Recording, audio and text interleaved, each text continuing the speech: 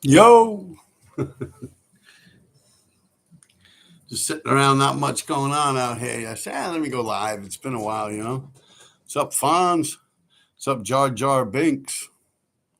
Ask me something.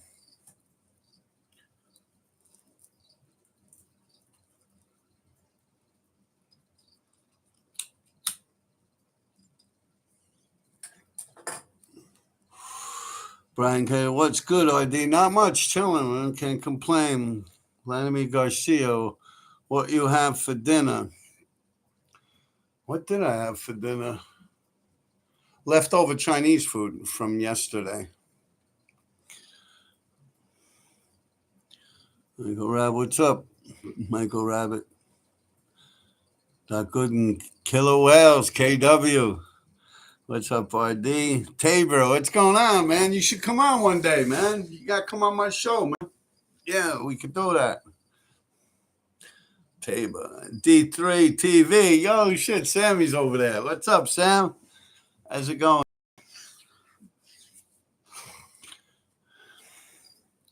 What kind of bud you smoking? I don't know, man. Some shit from them dudes, man. You know how it is in these places. It's probably laced with fentanyl.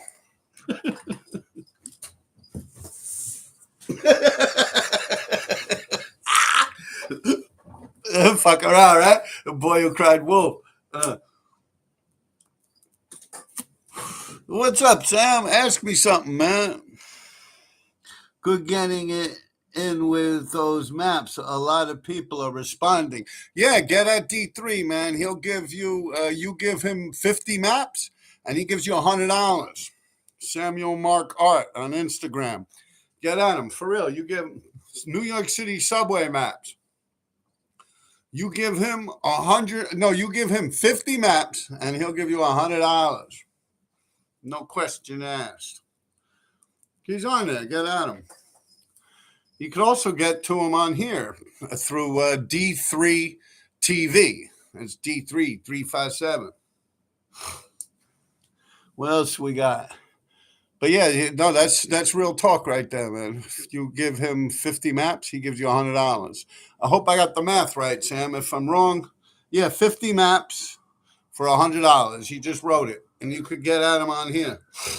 And he's always out there. 83rd and 5th. That's where you could also get the RD glow in the dark T-shirts. Yeah. He's also got a big book. We want you guys to go in and give us stickers to put in that book. Yeah, we're going to fill that book up, man. It's a relic. Fucking relic, I say. Yo, Sam, man, you gave me that electric bike, bro. I'm getting fat, man. Yo, you fucked me up, bro. I get no exercise now, man. Look. Look at that shit, man.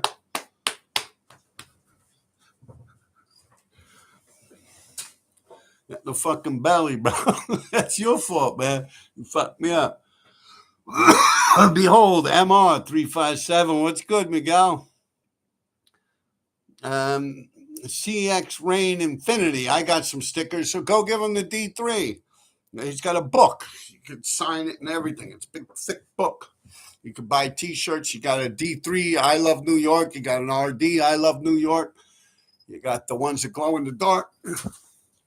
And you go over there, damn, look at that shit, right? Woo!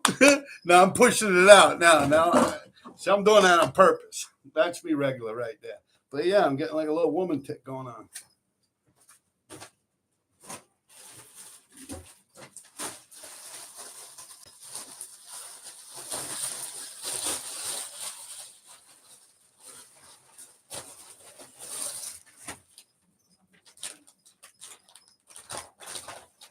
You see, look, here's the shirts I'm talking about, all right? Eh? Shit, too. 100% cotton. Hey, watch, I'll show you. You think I'm fucking with you?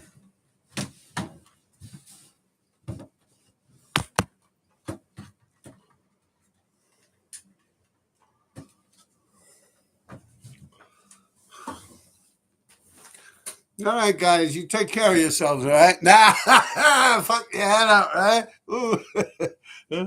I got some stickers. Yeah, Anthony Tabor. Yo, for real, Tabor, come on, man. You should come on here one day. You know, we could do I could interview on Instagram, on the chat, and I could record it. I could put it on here, man. You got a good history, man. People got to know real motherfuckers out there, man. You know, you're a real dude, man. You were out there hard, man. You had shit on smash, bro.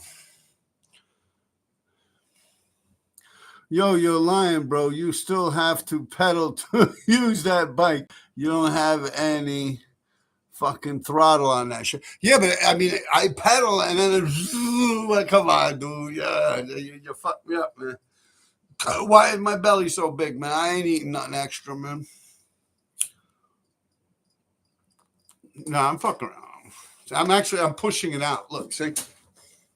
That's me regular. I mean, this shirt's tight, too. You know? But yeah, I'm getting a little chubby, man. See? Still got a little bicep, right? Vladimir Garcia, RD, any stories on the rooftops of Chinatown? I was on the Q train crossing the bridge and saw so much new graffiti. None of the old names are remembered from the 90s and 2000s. Yeah, I fucked around in rooftops. I went with Vifa once. I think the first time I met Vifa. And we caught a rooftop on Canal Street. It's right in Chinatown, Canal Street. Also, I caught one where the Manhattan Bridge with Barron. I climbed up there. I was talking about that not too long ago. And Barron fell asleep. He was drunk. He was partying. And when I met up with him, so he didn't do a Barron. I just did a big RD. Then later on, like a week later, D3, High Five, and Get went up to the same rooftop. The one that you Espo and Amaze. I had the RD. My D is over at Chimney.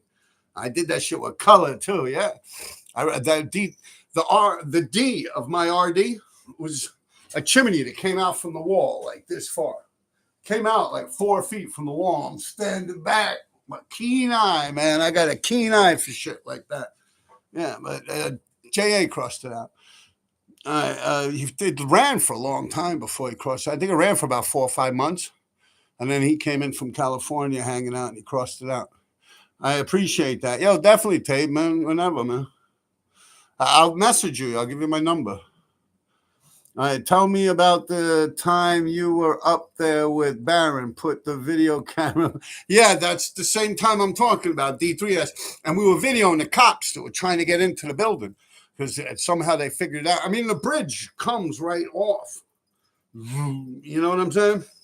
And the cars are right there, so they probably saw us and called the cops or something like that. But yeah, the cops, it was an abandoned building, so I couldn't figure out how to get into the fucking thing. I'm like, come on, Timmy, we got to go. We ran across a bunch of roofs and ran down a real building. I had to bust the door to get the lock off, you know, like it was locked from the inside. But we got out of there. D3 laughing. I behold the Yo ID. Where was Barron from in New York City? He was from Roosevelt Island. Roosevelt Island. You got to take the tramway there or the bridge in Queens. Him and his brother. There was a big graffiti community from there. His brother, Larry, who used to write Heart. And you also had Chris Pisani, Sadist, that was from there. Dave Filio. He wrote Dave Rock. You had Fate and Rep 105. They were from there. A lot of people. Roosevelt Island had a lot of fucking teenagers, man. When we were growing up, there were like fucking like a couple of classrooms full of motherfuckers over there, man. I went out with a couple of girls from there, too. Who else is there? Irish. Emmett is from Roosevelt Island. You know, Irish 17. Days, believe it or not. You know, Days, Trap, Dez. CYA, Crazy Young Artists, you know, Days from the Style Wars and the Graffiti. I don't know if it was Style Wars. Yeah, Style Wars he was in. And the Martha Cooper book, Days and Knack, Days, Zephyr. Who else did he bomb with? Knock or Knack? I forget. Probably both of them. Futura, you know, Days. He was from there too. He says he's from the Bronx, but I don't know, maybe moved up to the Bronx. I think he came down from the Bronx, lived there, and then got old enough to move on with life. You got to ask him. But a lot of people were from Roosevelt Island. Yeah. Where are we? Where was Baron from? I tell him about the rooftop with Timmy. Baron, yeah, the video camera. Yeah, I just did that. It's funny. You watch the whole video and then, okay. Yeah, and then Baron wakes up. Yeah, Videograph had that video. That's when they they were supposed to, that was our video that was going to be on, and they got raided. Carl Weston and Nick, yeah, they got raided, and they never did Videograph again. They confiscated our footage. And you and me, actually, we got shotguns and shit. Remember? What was it, the alligator? No, it was the Nile monitor jumping around, right, with all the spray paint on top of the tank in Staten Island. Remember that? We had like the 300 something gallon fish tank out there. I mean, we had fish in it. I had an American alligator in it at one point. I don't remember if that's when you were living with me or not. Yeah, you were there when the alligator was there. And the dog, my dog named Dog. No, Dog, Dawg. Yeah, Chris 217's little brother was Sand. Who from California got up the most in Manhattan? How the fuck am I gonna know? I don't know where people are from, man. I just know about me and my friends, man. Like seriously, someone I don't know where half these people. Like, just put it this way, I always use this as a marker. Like, I paid attention up until the point where like YKK, RFC, and DMS and them, they were on the scene. After that, I kind of just stopped paying attention. It's 40 something years you're talking. I've been at this shit. So at that point, I just kind of didn't pay any attention because those guys were new jacks. And then like the newer jacks, it's like I couldn't keep up with it no more unless they like started going over me or something. I did not pay attention to them.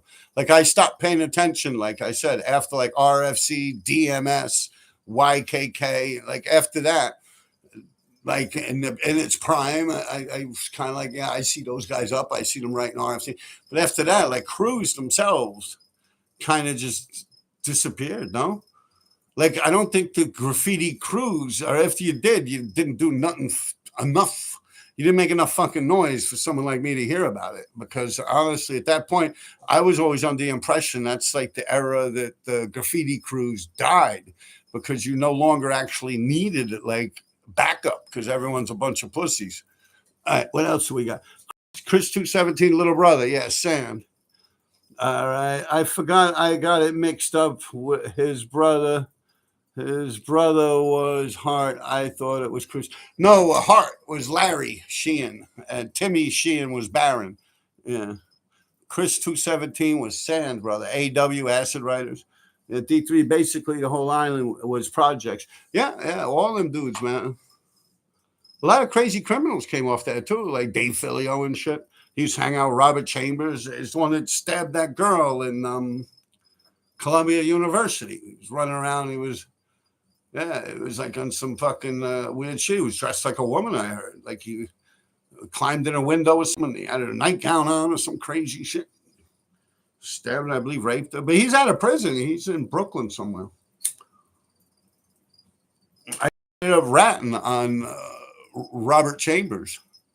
Or Robert Chambers ratted on him. No, because Robert Chambers, what's he going to rat on? That's the dude they want. So, yeah, it was Dave Filio told on Robert Chambers about the robberies that they were doing on the Upper East Side, breaking into people's apartments, stealing their jewelry. I mean, everyone was doing that. We were doing that shit ourselves, but we didn't leave no one dead.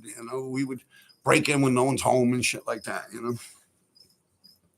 Like, that was a common thing for people back then growing up, climbing a window through a fire escape. I was doing that shit before I was even a teenager with like Sammy Yao, Eddie Bannock and them. We used to climb into Eddie Bannock's mother's window. We'd come through her window, and I'm talking 11 years old. Yeah, we'd go through his fire escape right into the next window, which was the next door neighbor. I'd steal all types of shit out of it. Stupid shit we wouldn't even need. Like I remember going to the fridge, like getting like a soda and shit. Like Life in New York. We sent the videos of us fucking pointing a shotgun and fucking rifles and all kinds of shit at the camera with a bunch of spray paint in the back. Yeah, the spray paint was on top of the tank with the alligator in it. With the alligator was about 3.5 feet at that point. I'm pretty sure that's when I might have. No, that's actually when you were over there, when you were living there, D3. That's probably when I had the big monitor, right? The big monitor lizard, which Larry, we were just talking about, Timmy Barron's older brother gave me that monitor. He told me it was a Nile monitor, from Africa. They get about 4 or 5 feet. Yo, that shit hit almost 7 feet. It was actually an Asian water monitor. So like a 2-foot difference. It got real big, but I gave it to Social Tees down off Spring Street.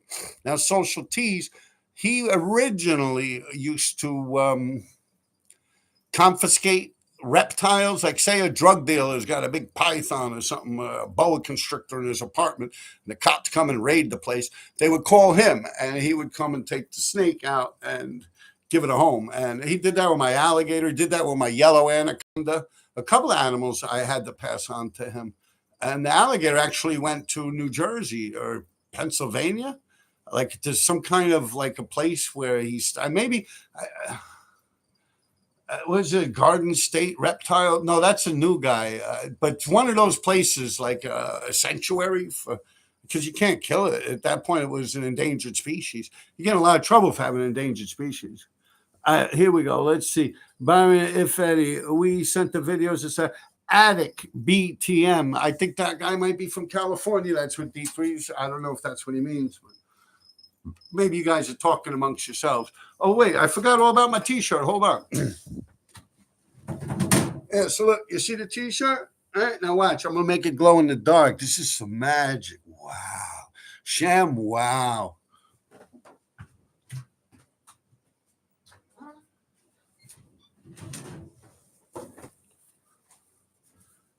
You can't see it because of the light from the screen. Yeah, the light from the screen makes it like I could see it, but it's the light from the screen. You get me? The reflection of the light from right here is making it so you can't see it, but it glows in the dark. And it's fabric paint, so you can wash that thing. I've had one now going on 4 years, and I've washed that thing probably 20 times a year. Yeah. I washed that thing probably like 60 times by now. And it says RD, and it still glows in the dark. As a matter of fact, the more you wash those shirts, the better they look. That's not none of that nickel bag funk bullshit like a silk screen or a print or nothing. Yeah, that real handmade shit. I actually paint the RD tags on those. $50. Get at me. Just Bay Area's finest, $6.50. Never heard of them. Are you talking about being up from California? Oh, you're just saying hi. Hey, what's up, buddy? How's it going there? Just, all right, Brian Castro. Can I ask some random questions? Yeah, that's what I'm on here for. I mean, just no fag shit, man. Keep it real. All right, go ahead.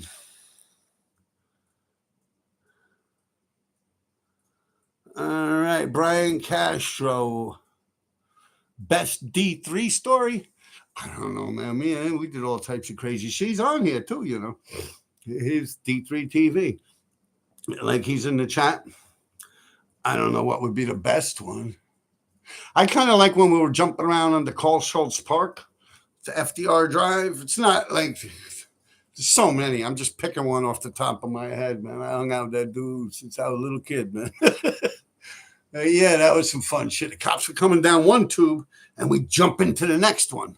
And then they'd be coming uptown in that one. We jump into the next one. Like uptown and downtown on the FDR Drive, the highway, under the mayor's house, the mayor's mansion, Gracie Mansion. We're underneath that, writing graffiti all over the place. Broad daylight, too, like 11:30 in the morning. We were young, man. Yeah, we kept jumping through. I think it was snowing out. It was probably a winter. But under there, you're in it like a tunnel, so you're not getting snowed on. But for some reason, I remember snow. I don't know why. Ask D3, he was on there. All right, so D3 saying, writers from California that got up, BTM crew, Attic, and all of them. See, there you go.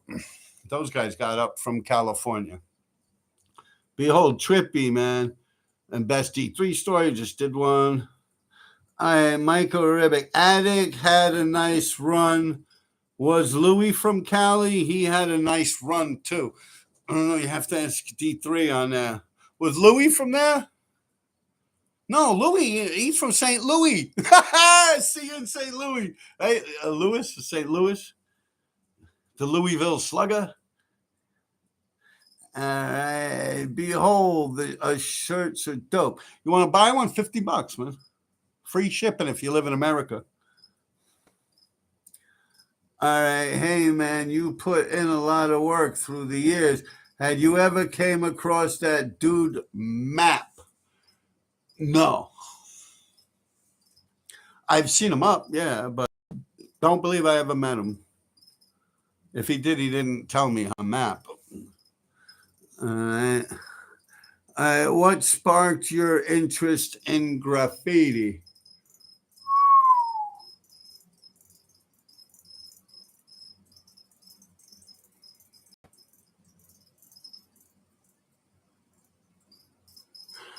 Wow, I don't even know, man.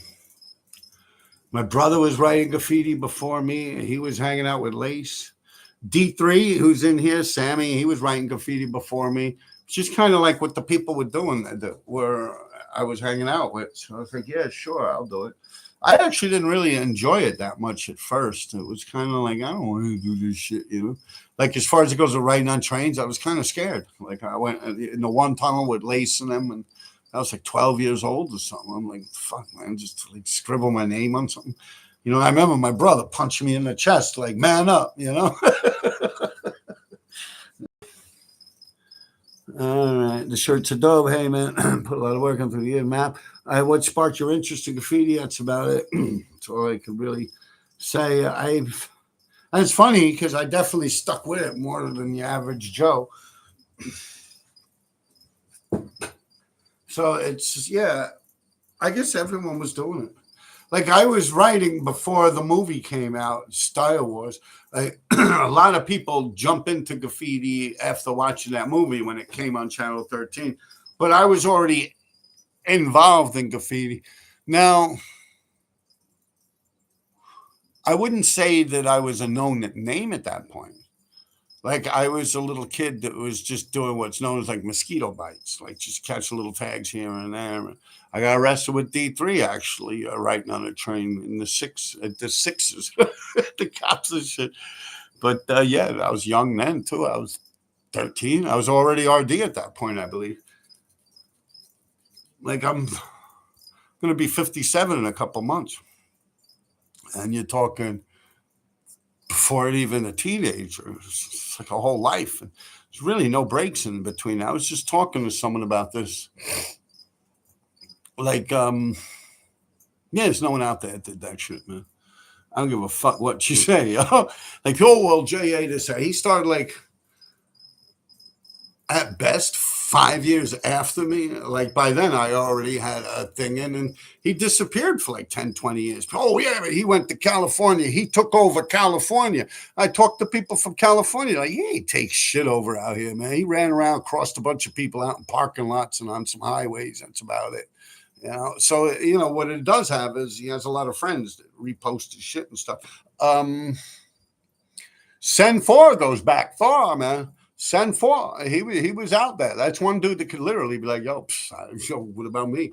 But, you know, he wasn't out there killing trains and shit like that and doing the big I mean, he kept down below the Lower East Side. But then again, I stayed in just Manhattan. So I don't know what he was doing. Maybe he was writing in Brooklyn. I don't know. But he never really came up above 14th Street. But then when he hooked up with Easy and TK and them, the same with Sev. Sev TDT is also another one been out there forever, man. Sev TDT. And he mixed it up a little because he was always doing little throw-ups and shit. I remember seeing Sev on the sixes, yeah? Like in fill-ins and shit like that, man. Sev TDT. But, yeah. Rolling Stone magazine ever contact you? Nah, fuck they're going to contact me for? I don't play music or nothing.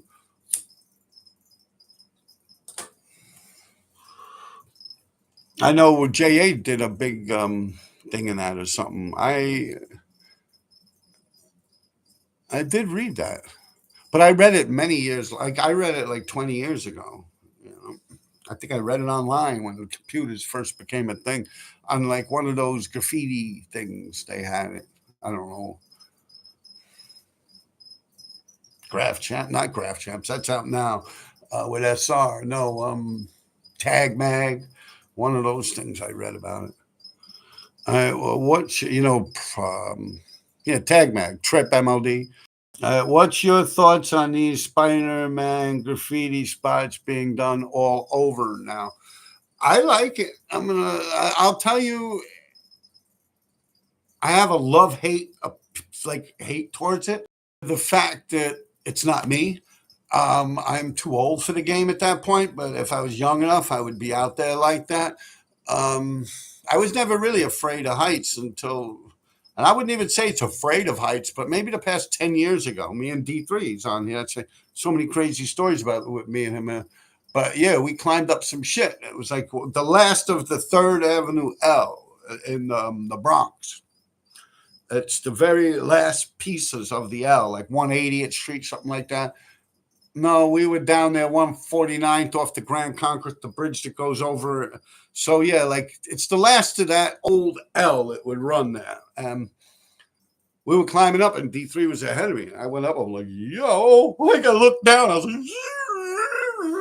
like no. I was like, yo, Sam, hit me up. He stopped. He's like, yo, fuck you. You hit me up, motherfucker.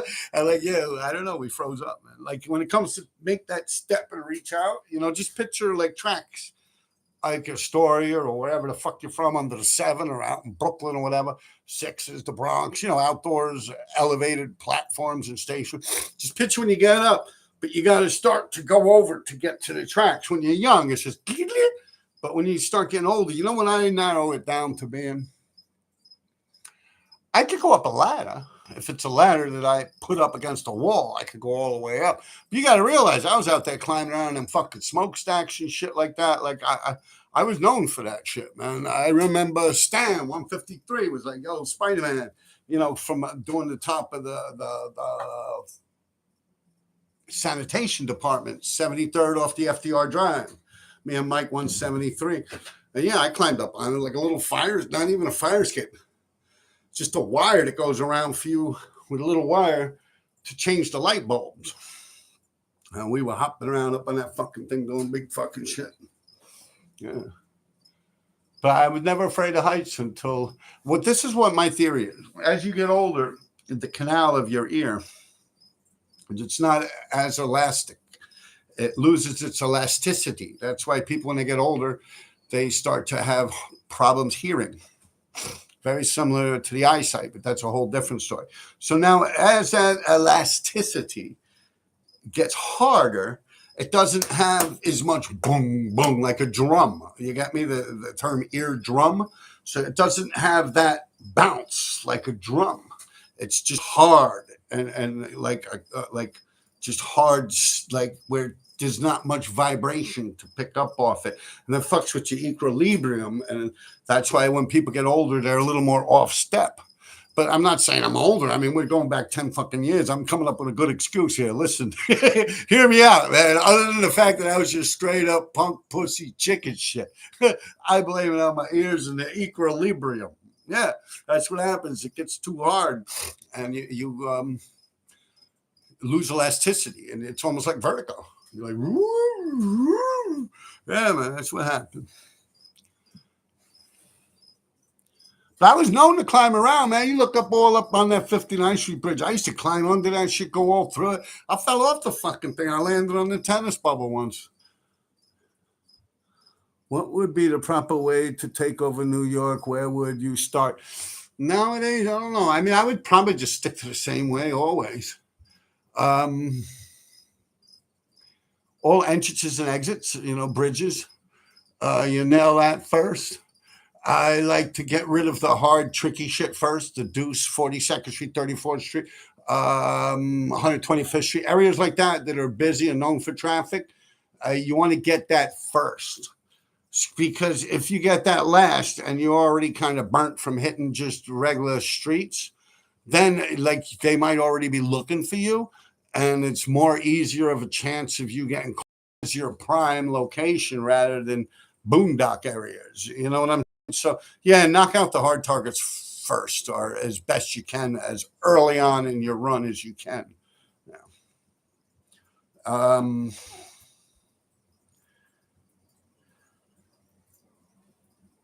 I would probably do it this way. The way I've pretty much stuck with it is I destroy Lexington Avenue and destroy Broadway.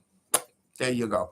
Everything else is just fucking gravy. Just destroy Lexington Avenue, which is a buff, is a fuck, man. There's hardly any of Lexington Avenue that's not a buff. You know what I mean? And the reasons I pick Lexington Avenue and Broadway, and I guess nowadays, being it's a different era, maybe Second Avenue because of the Second Avenue train station.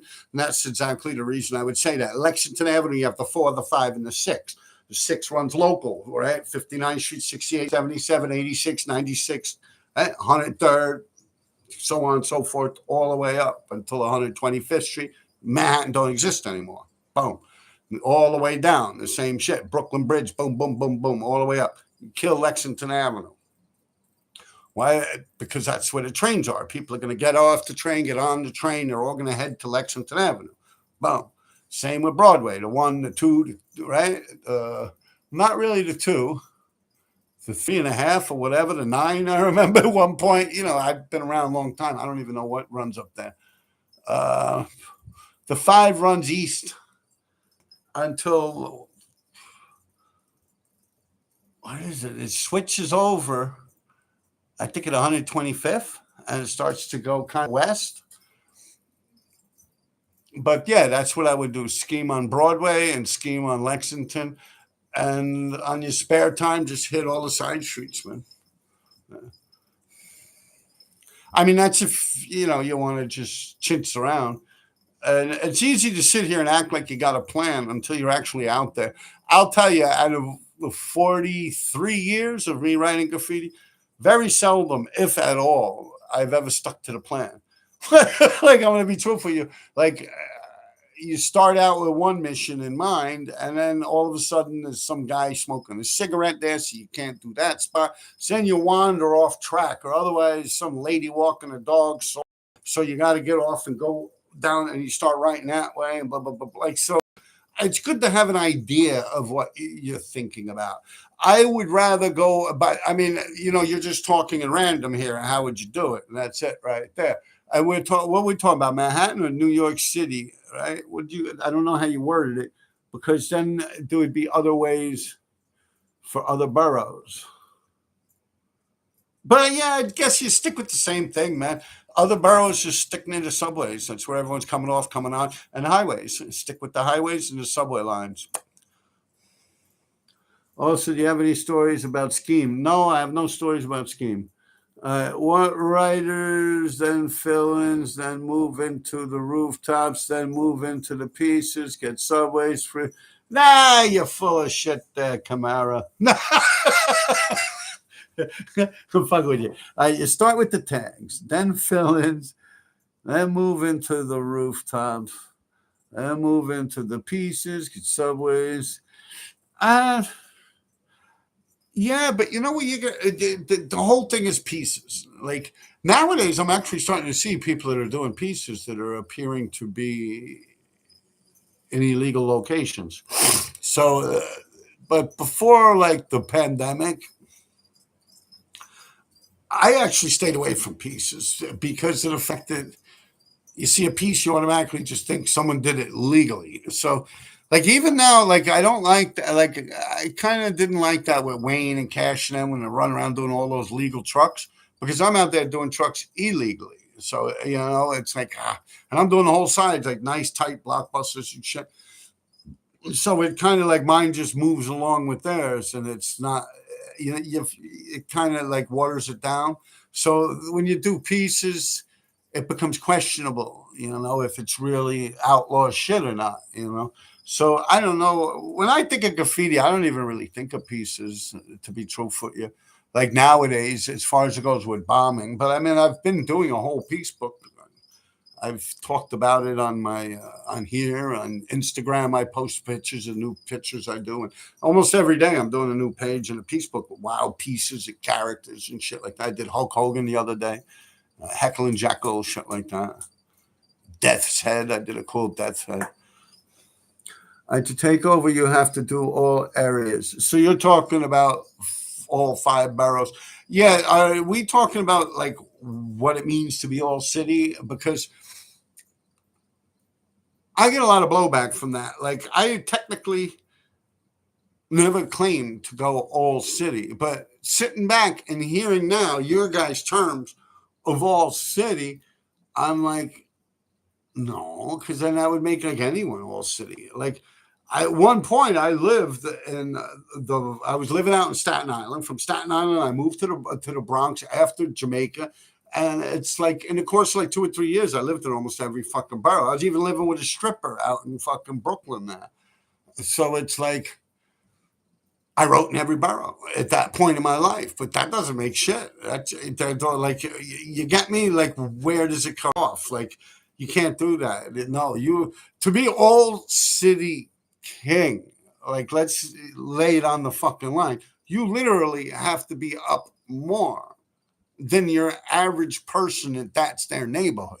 Like say every neighborhood you have to king it, and you have to be up more in every neighborhood, and even more so than in the people that are actually living in that neighborhood.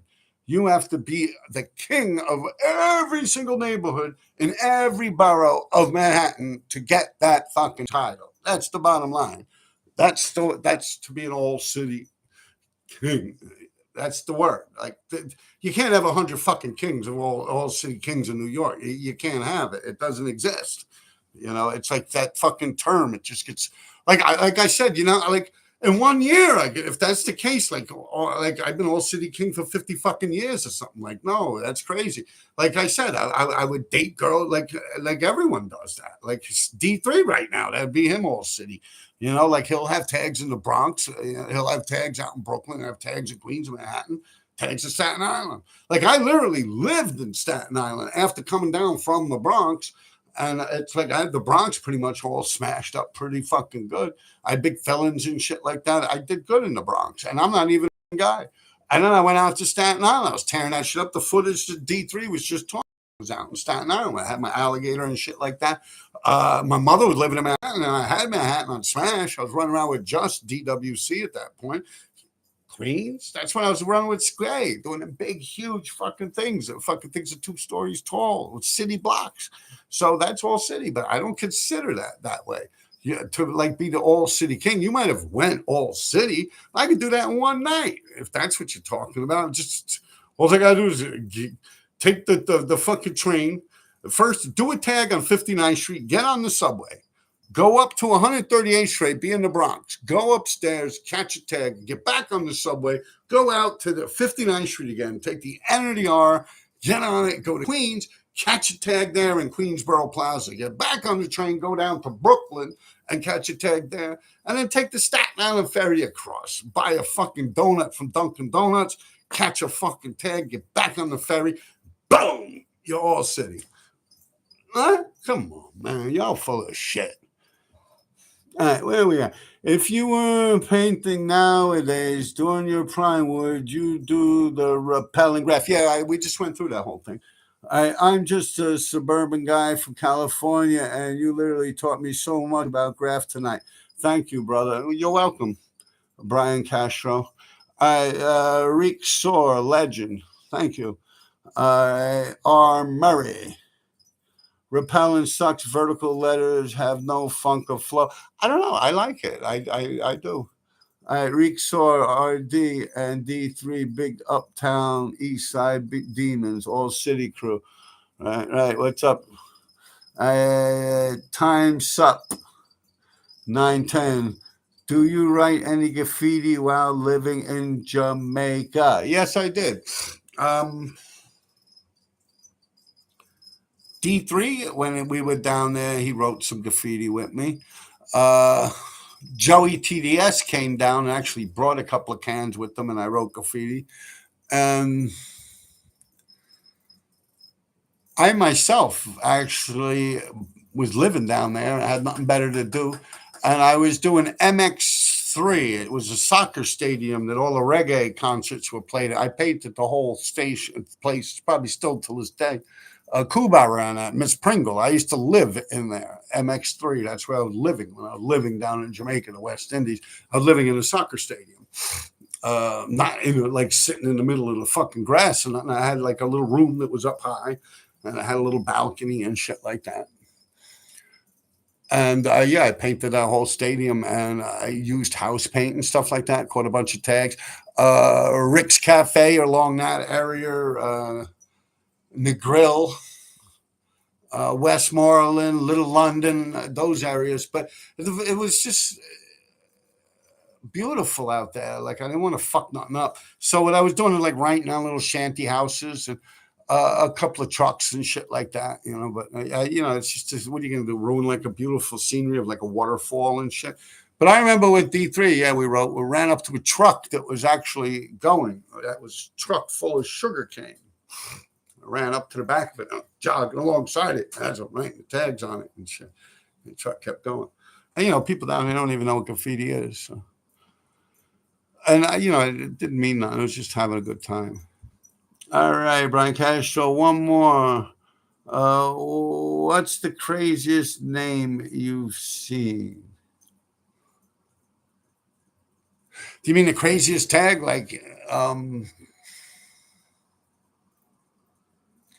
the craziest sounding tag? Or do you mean where I saw the craziest spot someone wrote that tag? I don't understand. That's probably what you mean. And I don't know. Like I've seen a lot of. What is a crazy tag to me? It's not. That sounds pretty weird. Swatch was a weird one for me. Yogurt was another one. He used to write with Zephyr and Shark and Text Two in them.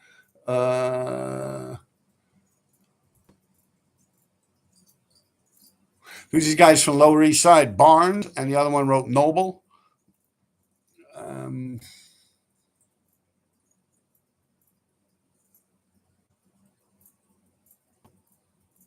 yeah. Weirdest places would probably be that rappelling stuff that I'm seeing nowadays. I believe that's what it's called, the rappelling, when they swing down the sides of the buildings. D3 Old City Overlord. D3 the Old City Overlord. All right, Brian Chris. Sorry, the most strange. No, not. Oh, the most strange location or the most strange tag. You get me? Like I said, the most strange tag that I would have ever heard of would be like Ear Snot or Swatch, something like that. Barnes and Noble. The spot, yeah, that would be like a building, like that they hung down on with a rope or something. Just pick one. They're all pretty crazy. All right. What's up, my brother? This is Dice 7. You have a good night, man. You too, Oscar. Take care of yourself, man.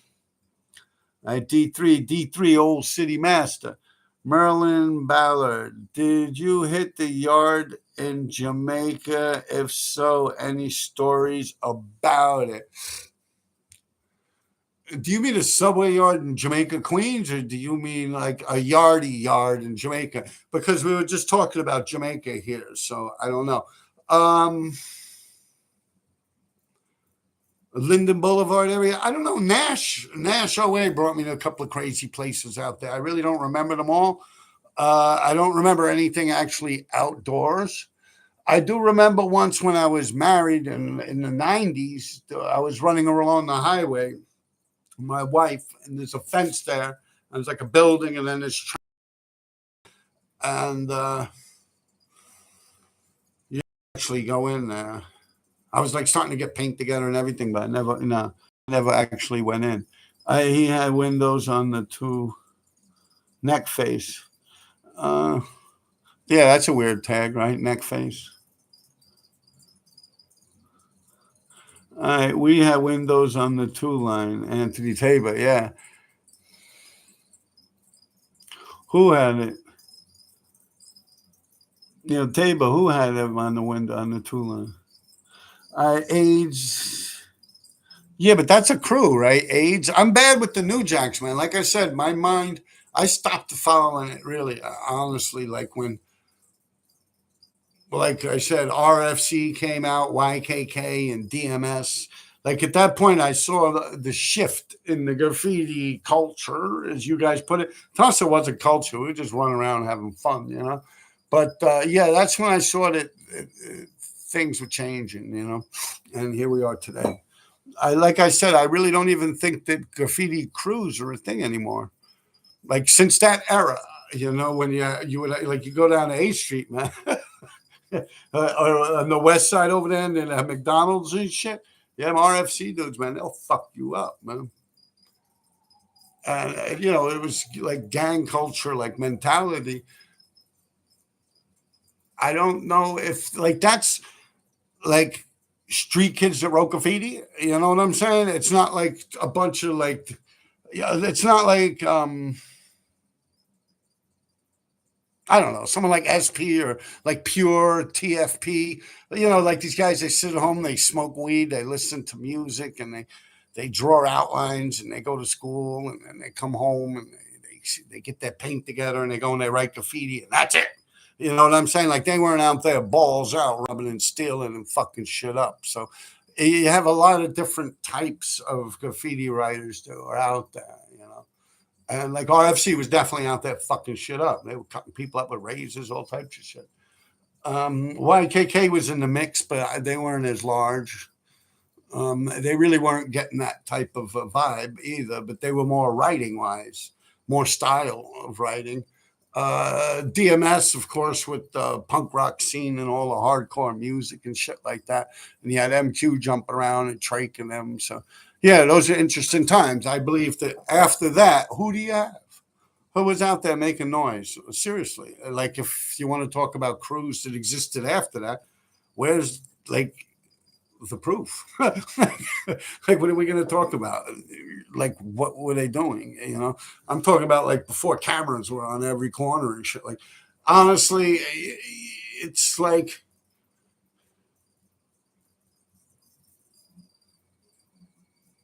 I don't know, it's almost like the whole rap twist into graffiti too. You know, you had dudes that they went out clubbing, they were picking up girls, breakdancing and shit like that. And you know, a few of those guys got involved with drugs and shit like that.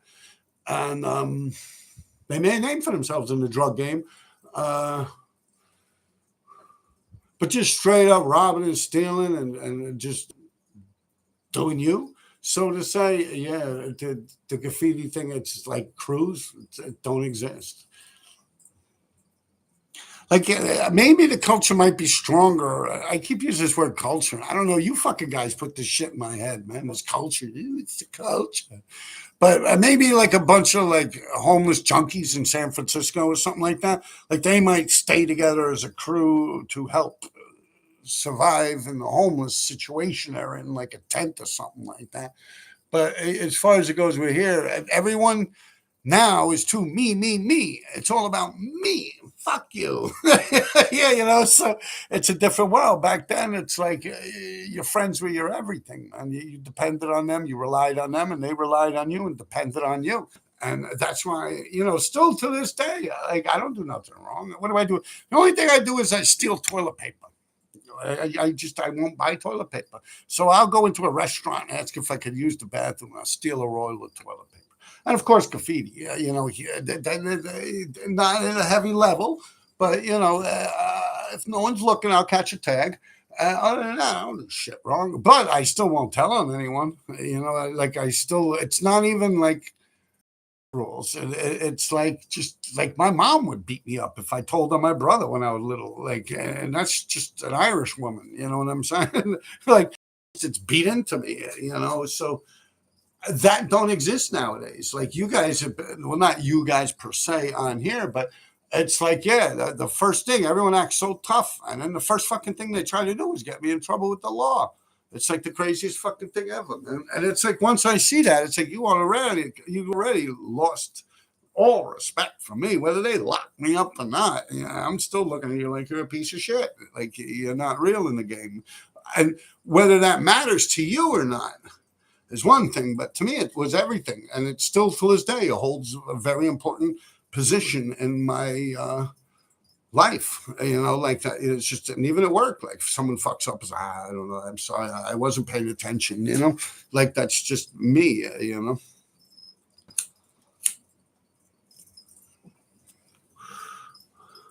Like I could show you right now fill-ins I did.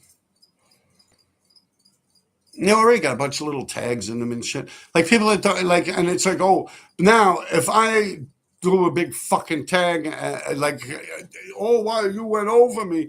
It's like, yeah, it's crazy. It's like when and these people got style too. Like even on that big truck, the penis breath crossed out. Who's a rat? MK, MPC, MK. Yeah. Was it Michael Cavallari or something? A fucking rat. He ran on coke too. He actually, he called the cops on coke too. And Ovi. I know personally. He told me. He told me right after he called the cops. He called me up. What the fuck you telling me for? I hung up the phone and I spoke to him again. But yeah, it's just wow. Like there's people are crazy. Like they come on and they start a bunch of problems, and when the shit hits the fan, it's almost like maybe like graffiti in a different country or something. Like the graffiti that's going on out here nowadays, what I'm experiencing, and believe me, I'm still out there. I'm still getting my feet wet. I mean, I'm not going to sit here getting myself arrested or anything, but yeah, it's totally different. Like people, like that big truck that I was just talking about with penis breath. I did that fucking truck, and he did that MK over me, right? And it's like all that truck. You see that shit now. It was back to an RD. And now it's like all these people come by and they write on it with a magic marker because they know someone's going to take a picture of that. It's almost like Chris 217 writing on all the outsides of the one trains under all the pieces. Like say there's like a T kid and a shock or something like that. Chris 217 will catch a tag above it. This is people are definitely going to take pictures of the beautiful graffiti burners. And that's how they get up a lot. It's very smart. But yeah, that's how it is. Like, and I'm like, yo, wait a minute. Like, what the fuck? Like, and these are the same people that'll be bitching to me about, oh, you can't do this. That's why it's just like, yo, fuck that. Like, I'll see you when I see you, man. Like, honestly, that's the way it is because like, yeah, you could do it. It don't matter. It's like crazy shit. Like, I'm like, yo, these people, and like, oh, you know the rules. Like, you know the rules. I'm like, fucking, what are you, 10 years old, motherfucker? Like, for real, you know the rules. Come on, Rob. You know the rules. And I'm like, yeah, well, and then it's like they do it to you, and it's, oh, man, come on, man. You bigger than that, man. For real. It's crazy as shit, man. I'd say, yo, I look at it like balls out, man. You got to do what you got to do, man. There's no one's going to do nothing, man. All they're going to do is call the cops on you, man. When you see Kez 5, call the cops. That's what he meant by that when he was doing that thing. And you people don't even catch all that shit. He's like, when you see Kez 5, call the cops. I was like, yo, what the fuck? He's like, that's all they do. That's all they can do. They talk all this shit. They'll cross you out. They'll act like a bunch of assholes. But when they see you, they call the cops. And they hide until the cops get there. Just like EA, RIS. Buying Castro, never you answered it. What are you saying? Early subway. Let me go back. I don't mean to be nasty to you. I'm just trying to read stuff. It's hot here. I got a bunch of people asking me questions. I'm smoking this marijuana. It's probably laced with fucking fentanyl or something, the way this New York City shit is. Yeah. All right. D3, All City, Warlord, MTS, Homesick. D3, Cupcake. What do you mean, Joey Cupcakes? He used to write graffiti. Yeah, from up Pleasant Avenue, Italian. His father was the Jet, the cheesecake. Yeah, mafia guy. He used to write fare, pay your fare. Like when you hop the subway, yeah, Joey Cupcakes. Real motherfucker. He didn't rat. He's still, he's going to rat away, man. He's been up there for how many years now?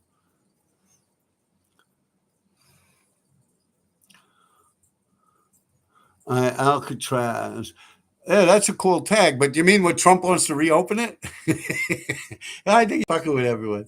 Yeah. What was it like in the subway days? Early subway days. Well, it's early back because I could go. Well, like you said, I just answered it. D3, I'll tell you a weird spot to write anywhere a dog pisses.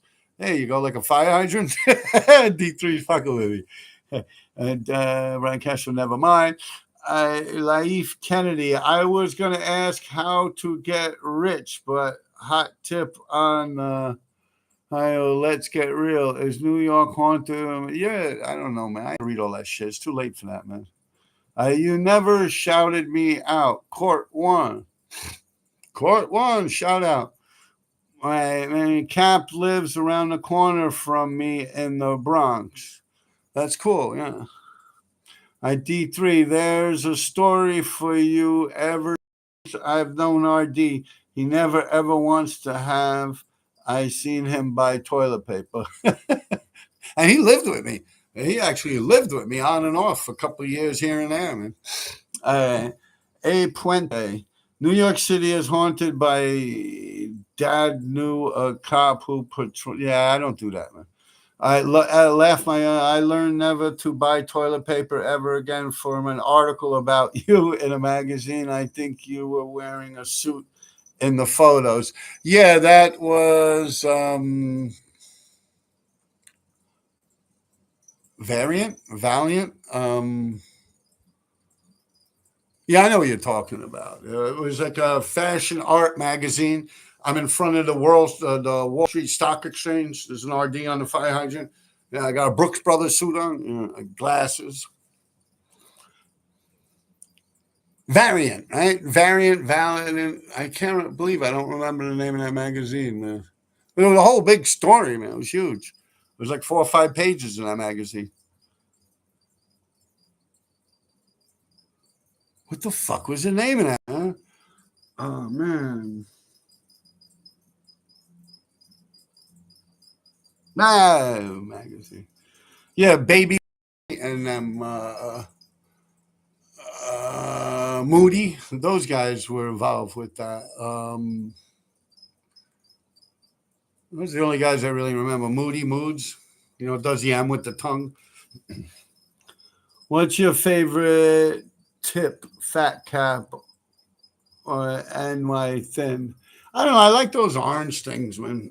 Like the orange ball from back in the days, the softballs. I don't really know much about caps. Who did you run into while hitting insides? Um, Paulistic. I ran into him doing insides. I ran into the Dead End Kids, but they were from 103rd Street, like Sweet, Bass, JR, Tony, CR from the Sixes. Um, Out in Brooklyn, me and D3 ran into a single person by himself, and he said he wrote Med with PJ and Fady and stuff, but I don't know if that was him or not. Um, Nash, OA, I ran into him in Astoria layup. Uh, wow, Case 2, but not doing insides. Ven, Ghost,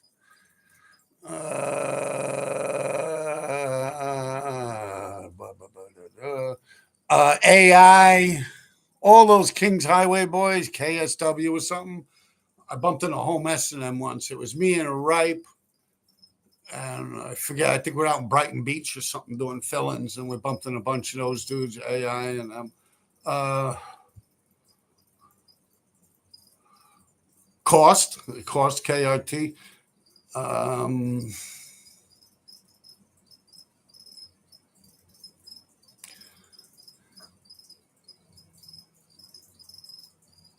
a lot of different people. What's his face?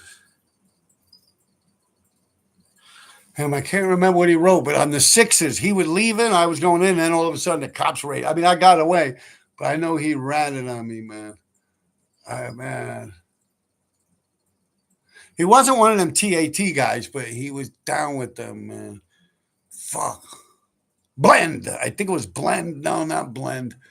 And that guy's from out. He's an all right guy. Blend. Something with a B. I don't remember. Um,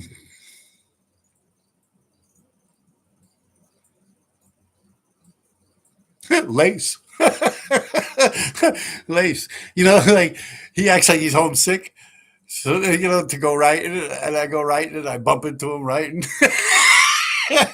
For real, he's like, oh, no, I'm not gonna go tonight. I'm not feeling good, Robert. I'm gonna stay home. Yeah, and I was all right. Me and John go anyway. Boom, bigger and fucking shit. He's there,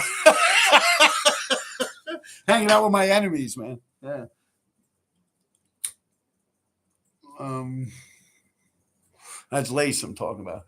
Yeah, we go and he's hanging out with Ghost. Like, yeah, that was crazy shit. I was like, yo, what the fuck?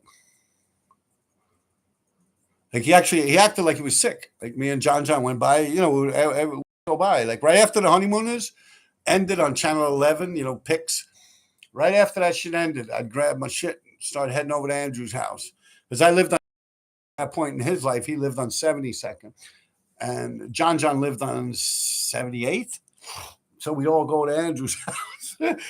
So me and John meet up before at like the park, I think John Jay Park or something. And we go over to Andrew's house. He's like wrapped up and like, I'm not feeling good, Rob. I can't go, man. So I was like, yo, John, fuck it, man. Let's go hit the sixes. He's like, nah, man, because he had paint and he wanted to do like a blockbuster type thing. So we went down to Tishman under Central Park.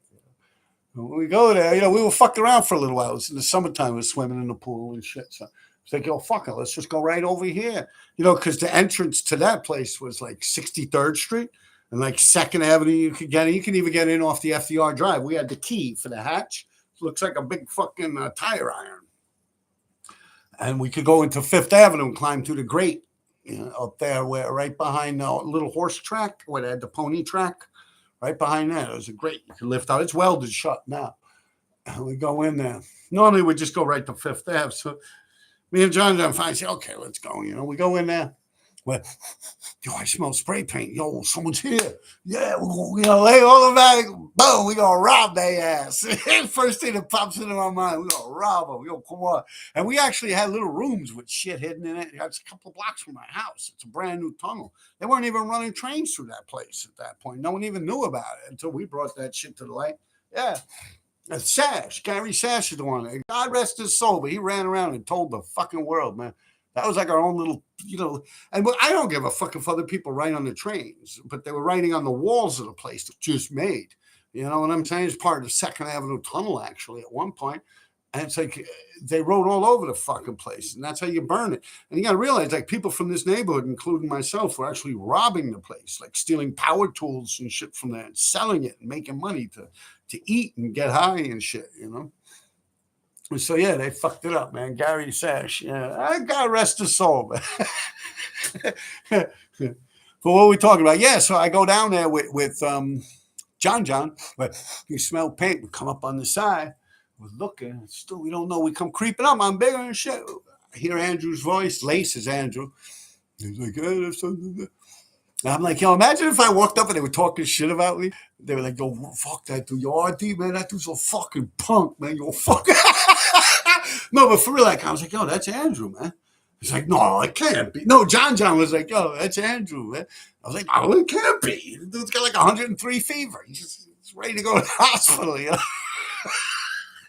We look bigger and shit. I'm like, yo, Drew. And he's like, hey, yo, once that happened, boom, Ghost went behind Andrew. Like, yo, what? And Andrew actually pulled out a knife on me because, me and Ghost had a lot of beef. And Ghost pulled out mace. And I had a saw, like a saw you saw down trees with, like a big saw, like I had a saw inside my army coat, a Stanley saw. I pulled out my saw and he went, it caught me on my army coat. He didn't get me in the face or the eyes or anything. Actually, maced my army coat. So I'm like, oh, and Lace like, yo, put down the sword. I'm like, yo, what about him? He's got mace, man. He's trying to kill me, yo. So I did. I put down the thing, and he didn't want to fight me. So then at that point, Andrew kicked me out. He had one of them 007 like the knife. Remember the big pocket knives that had 007 written in gold on them with the wooden handle? He pulled one of them out on me. It's like, yo, Robin. I'm like, what the fuck, man? But he's like, this dude gonna think I set him up. You know? And I'm like, well, what the fuck, man? Like, could have been honest with me, you know, and it just we can meet up, you know, do what we got to do or something. Like, this is crazy, bro. I didn't speak to Lace for like 3 months fast. I was like, that's when I started killing the Sixers. That's when I was really starting to like branch it out a little bit, man. Yeah, that sounds like, oh, fuck this shit. I was going over everyone on the Sixers. Yeah, Paul Listic, rest in peace. Yeah, it's a true story, man. And then Lace felt so bad about that. And he went with Ghost. And they actually did the Franklin Avenue shuttle and with Ghost. And he did a fucking RD piece. That same RD that's in that Destiny Crew book. That RD, and they say I did it, but I didn't do that. That's the only piece that was an RD piece on the subway. If I did anything, it was all a big blockbuster or fill-ins or just destroy the insides, you know. But yeah, I don't remember. I don't know. I don't even think I ever. No, I think Ghost did a 6-packs. So it's a 6-packs and RD1, and the one is like a big throw-up bubble letter style with all these weird colors in it, like pink and stuff like that. And I think that, like, definitely, like, we squash it, man, Ghost. You know, I'm like, oh, just, you know, fuck. Like, I don't even know what the fuck you guys are going over me for, man. It's just because of, like, I don't know. Like, I didn't do nothing to those people. I wasn't even hitting the same lines as those people. Like, what are you, mad because I'm coming on the double R's? You know, like, I'm an IRT motherfucker, you know? So I started killing the R's and shit. And I guess, you know, people get mad at shit like that, man. So, you know, that's probably what it boiled down to. But I don't know. You know, we squashed our beef and we went about our business. And I still like, I'm like, yo, Drew, man, that was like, you know, Lace. I'm like, yo, that was some like scumbag shit, man. You know, that's like not cool, man. Like, what the fuck, man? All right, where are we? And I guess he felt bad in that piece. But that piece actually got me more recognition than like anything I've done.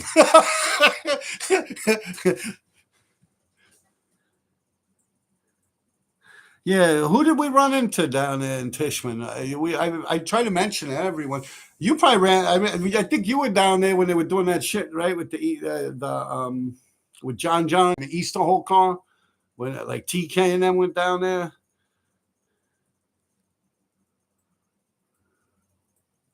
All right, I ran into so many different. All right, RD, talk to us about Ripe.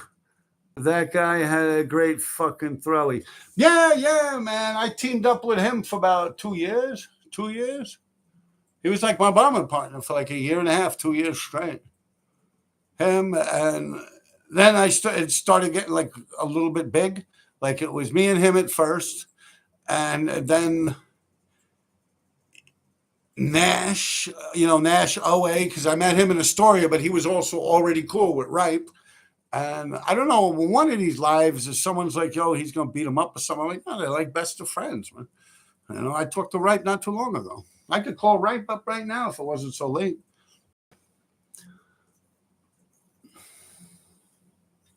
Good stories about it.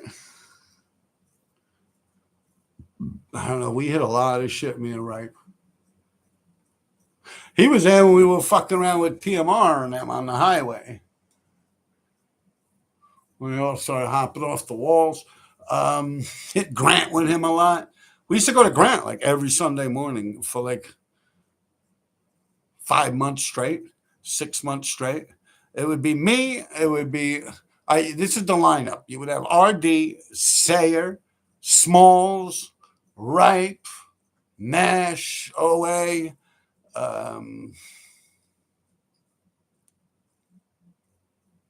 Yeah, every so often, maybe one or two other guys that come along. It's from Queens or someone that's down with them or something. And yeah, we go to Grant like every fucking Sunday morning. And then once we finish there, we go out to Sheepshead Bay or Brighton Beach, and we just start killing that. Like, yeah, because like Sayer, he had these racks out in Jersey. So these motherfuckers, they were coming in with trunks full of paint, man. They weren't fucking around. And I'm out there. I'm a nasty motherfucker, man. When it comes to paint, ghost. What? I like, see, I wasn't that dude, man. Although D3 will say, yeah, you see me out there. Me and him used to grab a couple of cans here and there. And, we'd throw them out the window from Krause Hardware on 79th, and we'd hit Martin's. But I'm talking like, I would go into the Winter Garden Theater where they had that Broadway play Cats. And I go into where they have they prepare the studios and shit like that. Because I was in a truancy program school around there. One day I noticed that the back door's open. I went up, and it's actually like a theater, and it's a studio. It's like got shelves and cases of spray paint. I remember I grabbed like 7 or 8 cases of semi-flat black fucking Krylon from there. I actually took it on a fucking dolly. Yeah, I took that dolly too, filled the fucking thing up. I was like, yeah, the blacks we could. If you ever noticed on the ceilings of the floors, we were doing that in Grand Army Plaza, you would always see sash, RD, and lace on the ceiling. That was all that flat black spray paint. That's what we would use. We would only hit the ceilings of the floors. There was no room to write anywhere else. And then I had a case of white, and I was trying to go over all the other black graffiti, but it soaked through and you couldn't see my white tag so much. It kind of turned brown. But yeah, no, I was going off on that place, the Winter Garden Theater. And you also had this place that was over where D3 used to live. It was like a Hungarian prep school. And then next to that was like a theater too. And we'd climb in some window up the fire escape there and grab a bunch of paint out of there. They'd have cans of like cases and shit of spray paint. So that's what I would do. Like, I wasn't the kind of dude. Like, once I hit of legal age to purchase paint, I'd still sell it and buy the spray paint. That's the way I'd work. Yeah. Like, we'd go out and we'd steal something, hock it off to a fence, and then take that money and then buy the spray paint we want. You could steal something that's this buck, that's this big. It's worth $100, $200. When you steal a can of spray paint, it's this big. That's like $1.50 back then, $2. Come on, do the math. I want to know how many different whole cars Lace in the Place Central Park layup. How many he did in there, right? I don't know, but Lace was really slept on, man. Like, he's up there with like Cena and them when it comes to like the amounts of whole cars and like Lee and shit. He really is, man. He really fucking is, man. Like, he's up there with the big boys, man. He really is.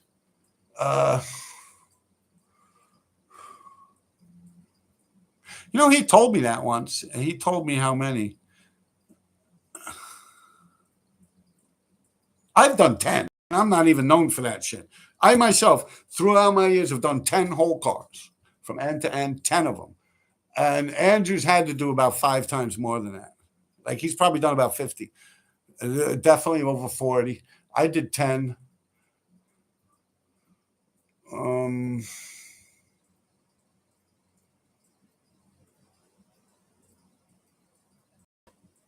Yeah, maybe almost 10. Almost 11, almost. There's one I had a bunch of the avocado from Winter Garden Theater, Cats, that color avocado. As a matter of fact, there's one fill-in that was in the Franklin Avenue shuttle. It's a big top to bottom. It's done in avocado green, and the whole thing avocado green. At the same time, I had so much avocado green. Like, I was stealing cases and cases of shit. I was taking like a fucking hand truck and bringing the shit, taking it all the way across to the east side, come back, fill up another hand truck and do it, because the place was filled with hand trucks and spray paint, man. Like, I was killing it. But yeah, I did a big one. And I didn't get to finish it. And it was green. It was the whole thing was avocado green. It was going to be a big, like the RD with the dick going into the D. And I didn't finish it. The lights went on and shit. And Andrew, and they started to go through. And it wasn't just people doing posters. I'm going to pull the train out. So I bounced.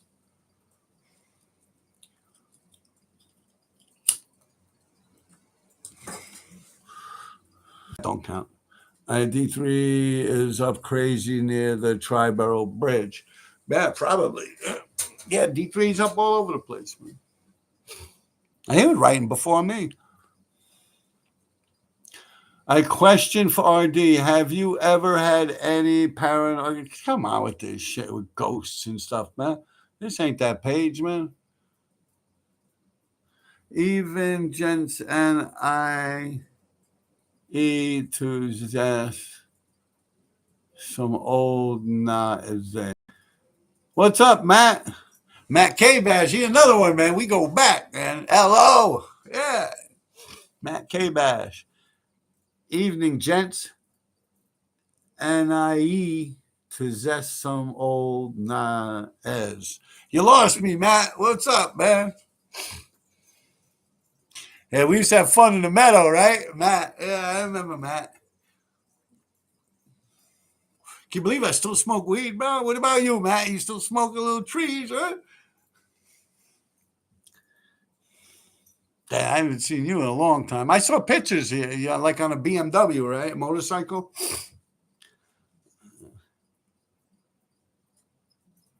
Bobo Sammy. Yeah, Sammy's in here, D3 TV. You remember him, right? Yeah, misspelled. I was like, damn, what the hell happened to Matt, man? He used to be pretty intelligent fella, man. I was like, he's probably drunk. Yo, I was talking to Rum, man, all the time. Rum's out in Arizona now. He's doing real good. He's got a beautiful bulldog, man. He's got like an old, but it's like a bulldog pit bull looking thing. Yeah, it's almost like a pocket pit, but real wrinkly, like a Shar Pei fucked a mini pit, like a pocket pit. Real cool, but it's all marble looking, man. Fucking looks like something out of the cartoons, man. Beautiful dog, man. Yeah, I'll send it to you. You on Instagram? Jackie Rouge, Yo RD, can I get some advice to get better at graph? Yeah, I got all the advice you need, man. You go to my Patreon. Yeah, I'm doing fucking I'm doing a whole black book on Patreon. You go on there, you spend $5. I'll teach you everything you need to know. I tell you anything. Hey, Matt K-Bash, nice to see all those old names throw up more clouds than tags. Yeah, so many people passing away, man.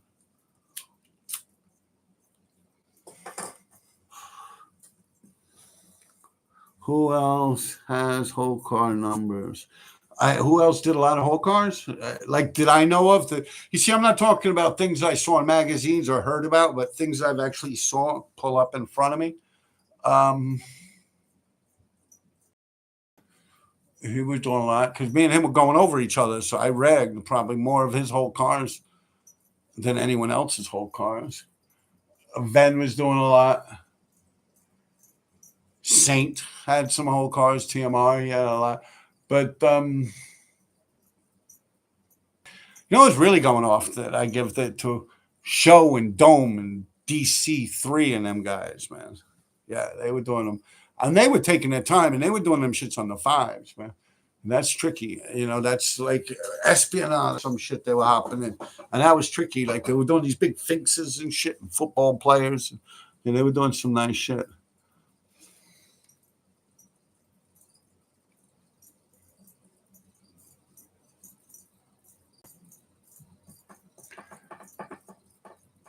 Yeah. Yeah, that'd be about it with the whole cars. There souls tap red in the tunnels. I don't even know. There are souls trapped. Yeah. The RD, did you ever do stickers? And do you consider it a lesser form of graffiti? I've done stickers. Yes, I do consider it a lower form of graffiti. Matt K-Bash. Good on him. Rum always on the forefront of being an OG. Rum, trust my life with him. On occasions. Yeah, he's a good dude, man. Rum. He's all gray now, man. He's gray and he gained a lot of weight.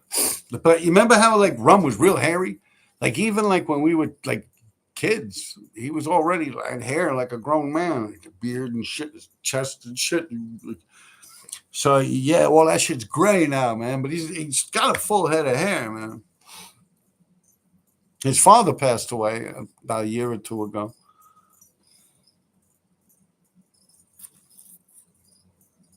No IG for you. Yeah, man. I got an email that I attached to these things. It's the rd357 graffiti show at gmail.com. People send me shit that they see RDs in, or they buy shirts off me and shit. But yeah, get at me on that, man.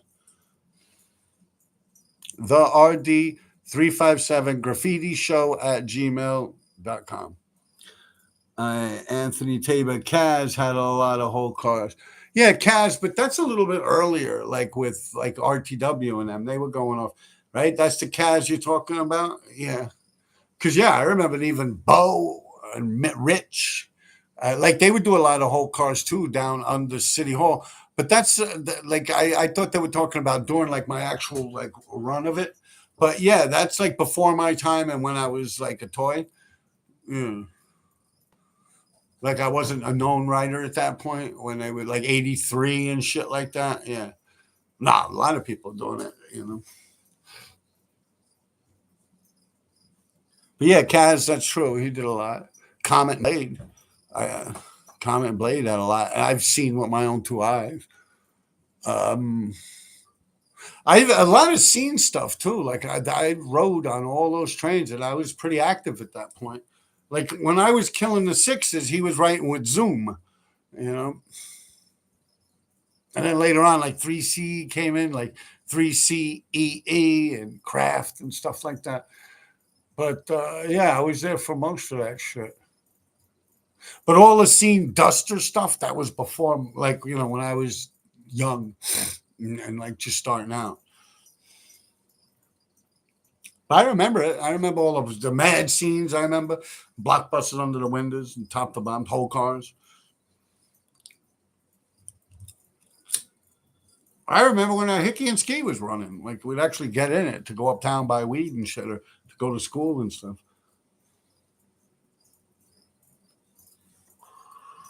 Walking carpet rum, yeah, man.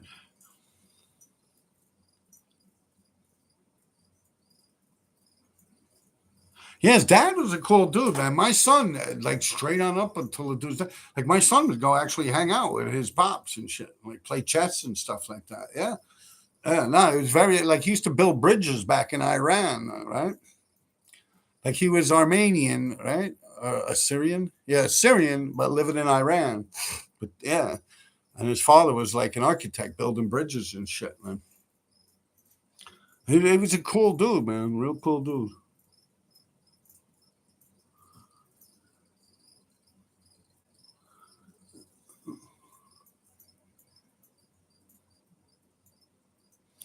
Dusty UA, how about them? Zephyr, Dondi, Scene. Yeah, I mean, I remember all those guys. Like Zephyr was up all over this neighborhood, even. Like he used to kill Manhattan, like just tags, you know. Like I was saying before, we were talking about yogurt. I mean, I don't know if you're just picking these names because you read a lot of books or you saw that, you know, you heard about those names or something. But yeah, of course, like Zephyr, I was just talking about with yogurt and shit like that. Like Zephyr used to have like every fucking mailbox in this neighborhood, like the late 70s, early 80s, for real. Like East Side and the West Side, like all these crazy colored markers. He would get the like the Flowmaster ink, and he'd get the white Flowmaster and then mix it with like orange Flowmaster or red, and you get like a sherbet orange. It was big. Him and Revolt also would do it too, with Shark, Text Two, Yo. Who else? Spark is another one we used to hang with them. What's the longest lasting piece you ever had, and how long was it up? I don't know. I got a lot that's still running until today that I've done. I got shit in tunnels I've done 10, 20, 20 years ago. Even longer, it's still running. And I mean, like villains and blockbusters and shit, you know. Not too long ago, I was running around with Lace doing all these big things. I still got up on the 2 and the 5. When your train comes out from 139, 149, I think the next stop is Simpson. I still got that. At least I had it up until last year. And we did that shit. We did that then. If you look at the E, the lace piece, the lace blockbuster, and that's like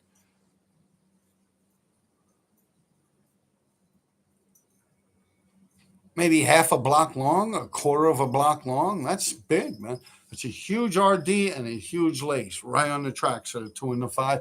We did a red cloud behind it. Andrew filled his shit in black, and he did it all shaky to make it, and it cracked like it's all broken up rocks. Big LACE.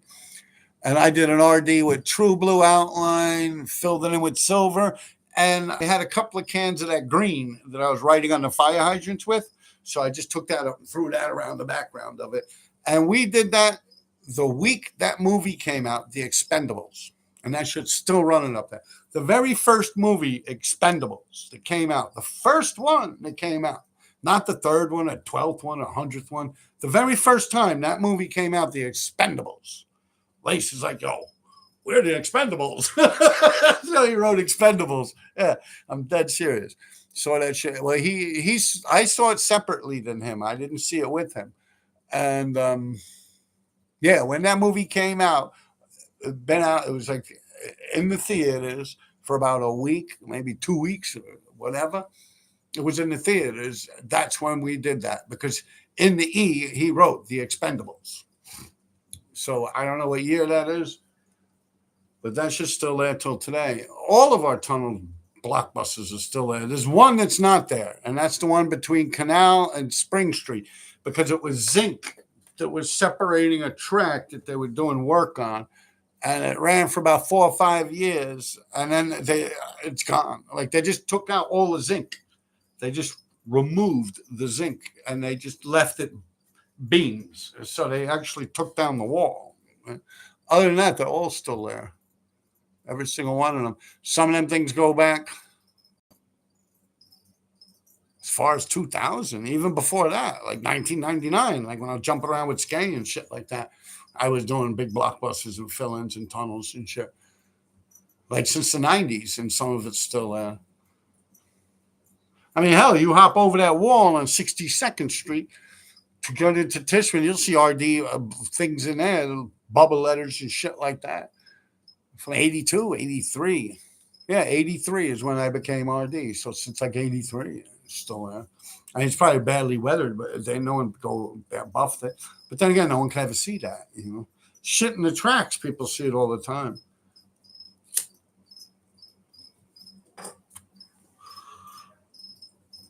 What do I think of the Supra Rider? I don't know what that means. I don't know anything about a Supra Rider.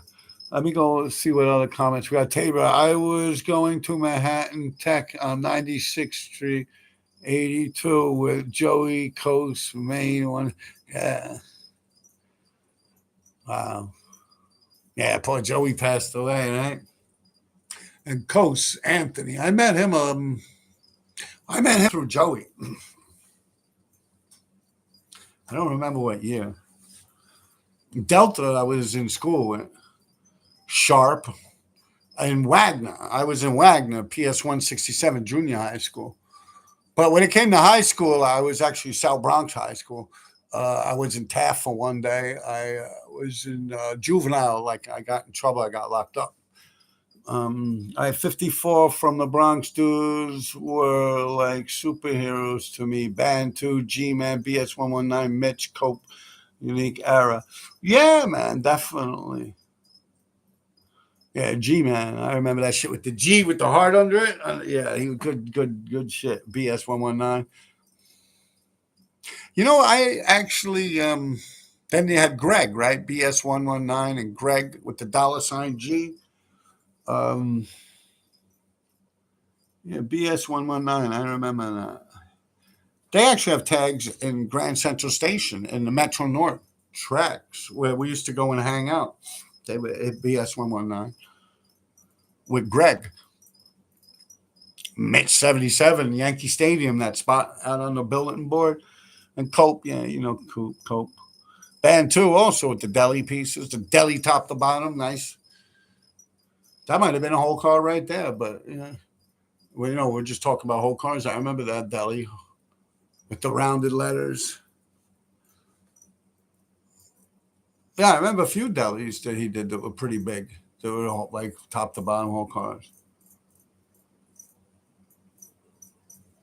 But yeah, Comet and Blade, man, they were going in, and I mean they would share cars, but still it's a whole car. But now is that does you get what I'm saying? When they share whole cars like RTW, it would be like Min paid Bo. You know what I mean? like, now, does Min get to say, "Yo, I did a whole car," and Bo get to say, "I did a whole car"? You know what I mean? You get what I'm saying? Like that's shared. You know what I'm saying? You got people. You can fit 20 motherfuckers on a whole car. Everyone does a tag. Yo, we did a whole car. Yeah. Yeah. Now I'm talking about, when you, how would we word that? Let's mark this in history now. What do we call that? When you like when you alone do a whole car, right? What would that be?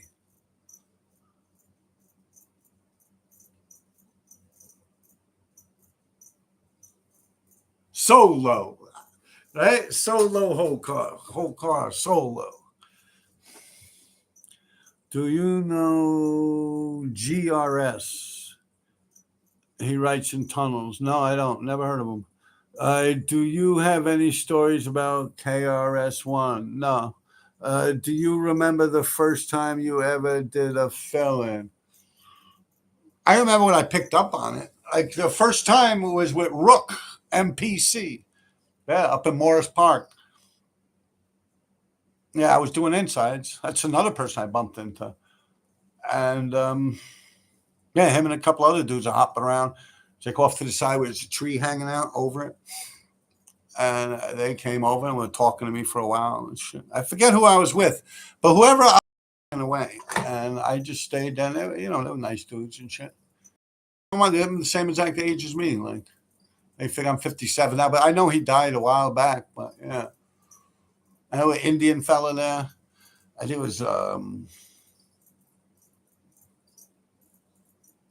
know, Rush,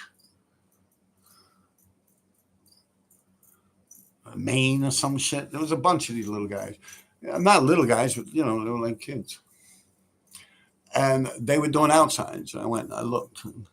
That's who was telling me, like Broomhilda. I know I talked about this before. I said Broomhilda, like the comic book strips. It's like, wow. And that's when I started.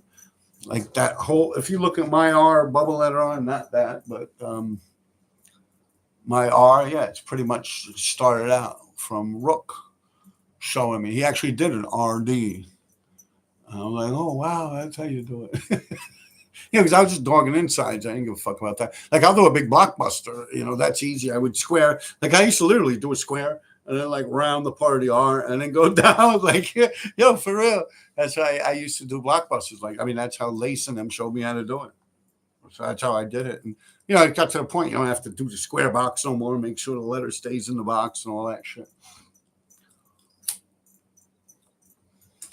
As you think about it, no one in my crew really, or the 357 crew, was throw ups. Like, they weren't known for that, at least from the Manhattan sanction of it. Like, of course, we got PK, you got OA Nash, you got Ripe, and people just say, oh, that dude, he was going at it. It was between him and AI. As far as it goes to the letter lines, like who was up more? AI, KSW, King smoking weed, or those guys out in Brooklyn. I was talking about. It was a friendly competition. To be true for you, AI and them probably didn't even know they were in competition. ZE, Zane, is it? Yeah. He's that little kid from Goodfellas, the movie Goodfellas, the little guy that plays Joe Pesci's part. Yeah, I believe that's him. I found that out later on in life. I found that out when Saster's website was up. I never knew that. But yeah, he's the role of that in the movie. That was ZE. But those dudes were killing it with throw ups and fill ins. And Ripe was on a mission to outdo them on the line. And like I said, I don't even know if they knew. But then we all met up one day. I remember we were in Brighton Beach or Sheepshead Bay, one of them layups. And we met up. And, everyone it was all good. No problems. It was not like they were mad at each other. Like they didn't go over each other. They were just trying to outdo each other. What do you think about modern New York City writers like Klops? I like that Klop shit, man. I ain't gonna lie. I don't know him as a person. I don't know him as a person. Never met him. For all I know, he could suck as a human being.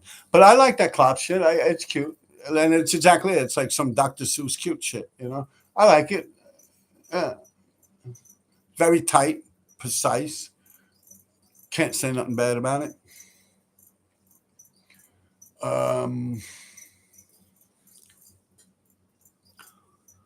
in the train yards, did you ever go and paint in the facilities? Yeah, actually, not too long ago. Like when I did that RD in the Dewey, there was a big rainstorm, and the place was all fucked up out there. So this dude Axe STM, he used to do the A fill-ins. STM, yeah, Mikey Axe. He got me into the yard. I did a big like a work shed that the D train goes by before they pull into Coney Island. And he ran around and he wrote right on the Vandal Squad place where they can't even see it. Like there's a Vandal Squad office up top. Like it's like in a tower with like these orange bricks and shit. And he actually wrote right there where the door is. He did a fill in. And I forget what it was. He was running around with this metal shit or something that burns into metal or something. And he wanted to see how long it lasts in subways or something. Yeah, sure, I'll go. It sounds like fun. Yeah. But yeah, he wound up doing a fill in there. And I'm like, why, man? Like, no one's going to see that. Like, it's not facing no tracks or nothing. He's like, it's a Vandal Squad. I was like, what the fuck are you talking about? Vandal Squad? He's like, yeah, that's the door. And I looked and had like the police badge. I'm like, why would you do that, man? Now they're going to see my big fucking RD, man. You fucked me. like, I'm like, yo, no human could see it except for the Vandal Squad. I'm like, why would you do that? But yeah, Mikey's funny like that,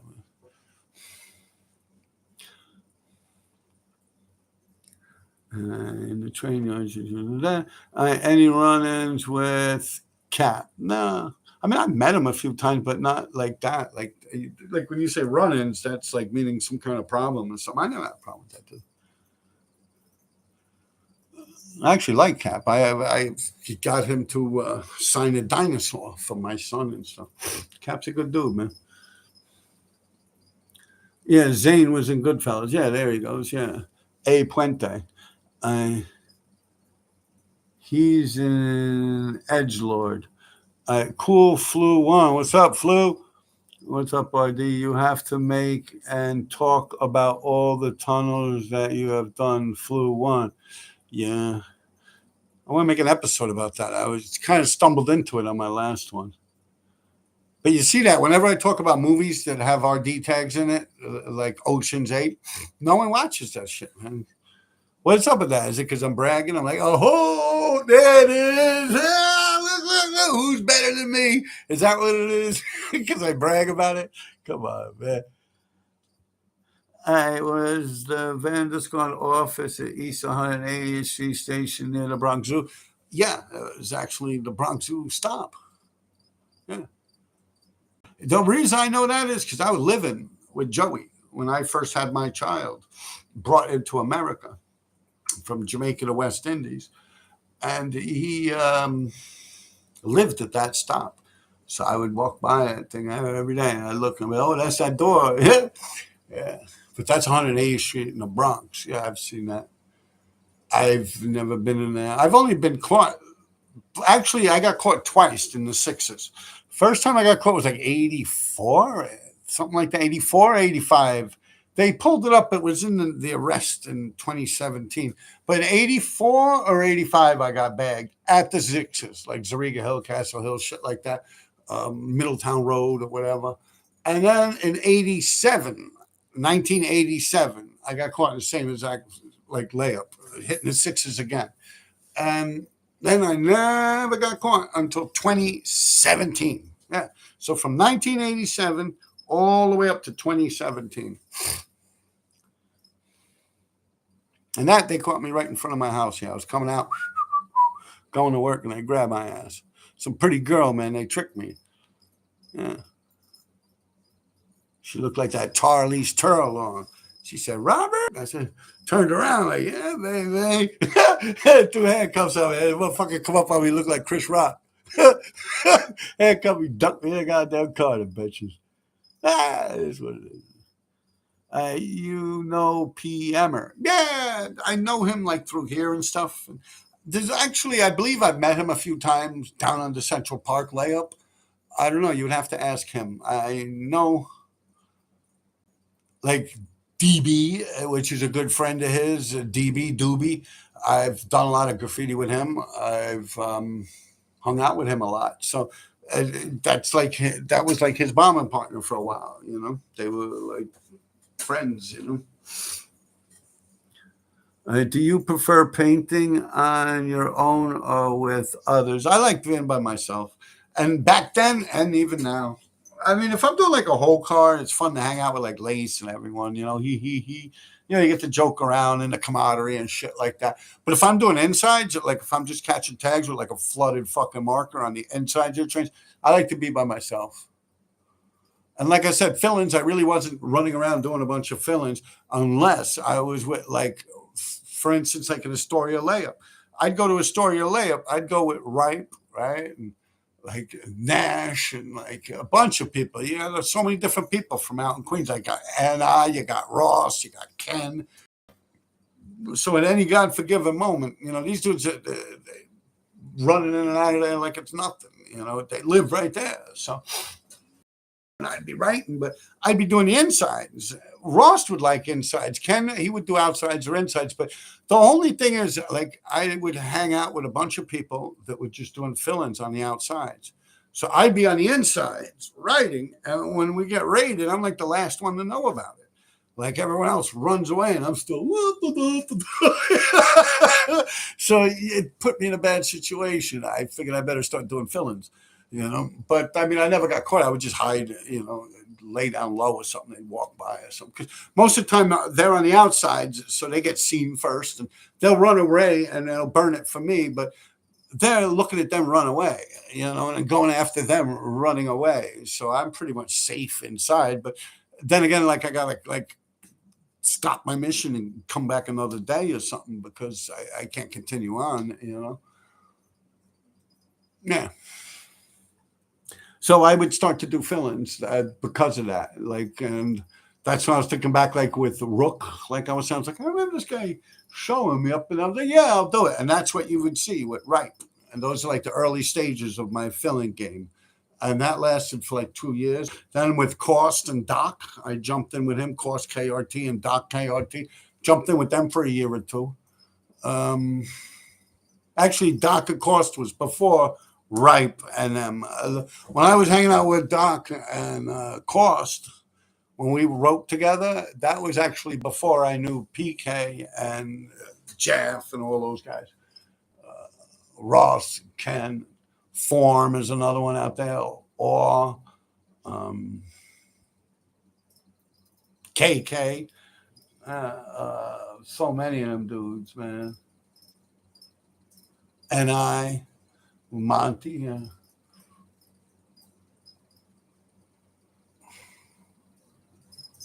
Yeah, so many of them dudes, man. They were like, that's like Roosevelt Island almost, Astoria. We do so many teenagers in that neighborhood. And like Roosevelt Island, so many fucking teenagers. Nowadays, like people ain't having babies no more. Was a venue going off? We did that one. Do you prefer painting on your own or with others? 9797. What Coney Island spot you got was a great spot. The silver faded though. Yeah, and I used actually like a fluorescent behind it. You know, like as a force field behind it. Because I don't know, I think I went over like Satch, like like is dead or something. But that shit soaked right through. And now some dude went over it, Europe or something. But yeah, I was like, fuck, man, I'm going to get some heat for this shit. I was like, I won't remember. They're old men, you know. I went over that shit. And it was like a couple of years later, I'm like, yo, that shit's starting to show through. But Do you prefer painting on your own or with others? The Coney Island spot was a great spot. The Silver Fade is and the other people wrote over and need to upgrade. LOL. Yeah. When Mikey gets out of jail, because he's got a sneaky little way in there. It's like I don't know what the fuck it was, like an auto body shop or something, like these big rocks. And we ran across the wall of cinder blocks like this, right over in the waters right here. Like, what is that? The creek or the canal out there in Coney Island?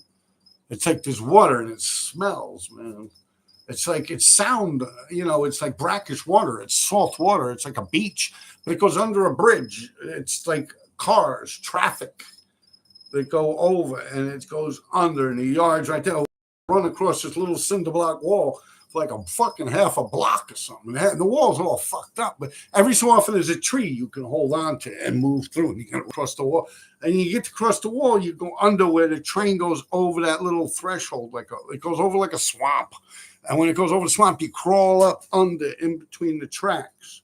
Where the tracks are, the big wood beams, and you got the third rail over there. You go up, you squeeze up in through there because it's the only place the fence.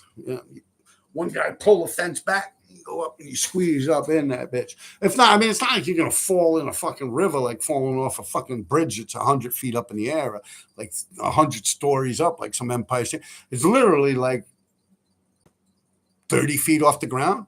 Like the train tracks that go over the swamp, and the water's like green, and it's got like car tires and shit in it. Like, yeah, I wouldn't want to fall in that shit. But that's how we got in. And then we ran down and got into the little yard. And I caught that bridge. That's right. You still, today, if you go over that bridge, you should see a blue or red. It should still say RD and Mikey Axe. I don't know if it should be there, unless some idiot went over it. Like, I couldn't picture them going and buffing that shit. But that's how we got in right there. If that makes sense to any of you guys, if you're from there. Did I nail it? I did. Calling Island spot was great. This upgrade other one. Did cops regularly patrol inside train yards back in the days? No, I don't believe they did. What I think would happen, I've been out there, and like I said, I've been out there hard, and I'd say, there was once out in Brighton Beach, Brooklyn, where I don't know what I walked into. But the cops were there. People were handcuffed on the inside. Me and D3 walked by. We had work vests, kept it moving. Didn't have a problem. But 99.9% of the time, it's because we fucked up. We'd start making too much noise. We'd start dumping out too much paint. Or we'd beat someone up in there. If someone runs out and they're bleeding and shit, like, you hit them in the head with like a piece of wood or something, they crack their head and they're bleeding. They come running out. That causes problems. And the police will come. If you got at certain points, there's people down there doing a whole train, the Easter whole train, you would have problems. I don't know if they had problems. I wasn't down there when they did that, but Lace and KK were. But there's times where you'd go down there and it'd be like 8 people doing whole cars. They're literally doing the whole side of a fucking train, all that paint just going up, because you don't have trains going through that shit because it's just dead tunnel. Like, it's not finished being built. It's a brick wall. With tracks even stop at one point. So it's not, the air's not circulating or nothing. It's just staying there. And I believe when the air circulates, it's a little better. I remember Gary Sash actually fainted. Yeah, Sash was doing some shit there. We're like, yo, Gary, where's Gary? And he was big at that point, lifting weights and shit. I think he was taking the juice too. So yeah, he was real big, and he went. He said he'll be right back, and he never came back. And we found him laying on the floor like this, and he fainted from the fumes. I remember that happened to me too, but I was hitting insides with spray paint on the Sixers, on the IRTs in the Sixers. I had black spray paint from the Winter Garden Theater. Like I was saying, Cats, the Broadway play, I'd sneak in. And I was using some of this semi-flat black on the insides of the Sixers. And it's like I was there early, so there was a train pulling in up ahead and bumping into the one that's already there that I'm in. You got me? So they're parking another one for me to go in. So I backtracked backwards And I said, by the time I come back up to here, they'll pull it in, they'll go about their business, and I'll be able to get it, you know. So I go back without writing any graffiti, like 5 cards or something. And then I say, shit, I got a little weed on me, you know, some marijuana. I said, let me smoke a joint. You know, so I sat down there and I smoked my joint and I started writing in the one car, like I wrote in it so much. And it was like, yeah, as soon as I opened the car door to go in between cars to the next one, I got the fresh air from outside. I fainted right there, like right in between cars. I just went, like I just, because you're locked in like a subway car and I spray painting a lot. Like I wrote like fucking 50 fucking RD tags in that fucking car. And then when as soon as I opened the door, I got fresh air. I was like, boom. I fell down. I was like, oh, hot and sweaty. Like, yo, what the fuck? And like, yo, imagine like that. Like, I could have fell off there, probably squeezed through the tracks, landed down in the street, and got hit by a car or something. I mean, that's overthinking it, but I was skinny. I wasn't no fat dude or nothing. So, but nah, yeah, I landed right on the 2 bumpers of the train. Like I was going into the next car. I was literally like this. I was, you know, opening the door like this to go out, and I just, boom, like I just fell right there in between cars. I was out. You wake up, you're like,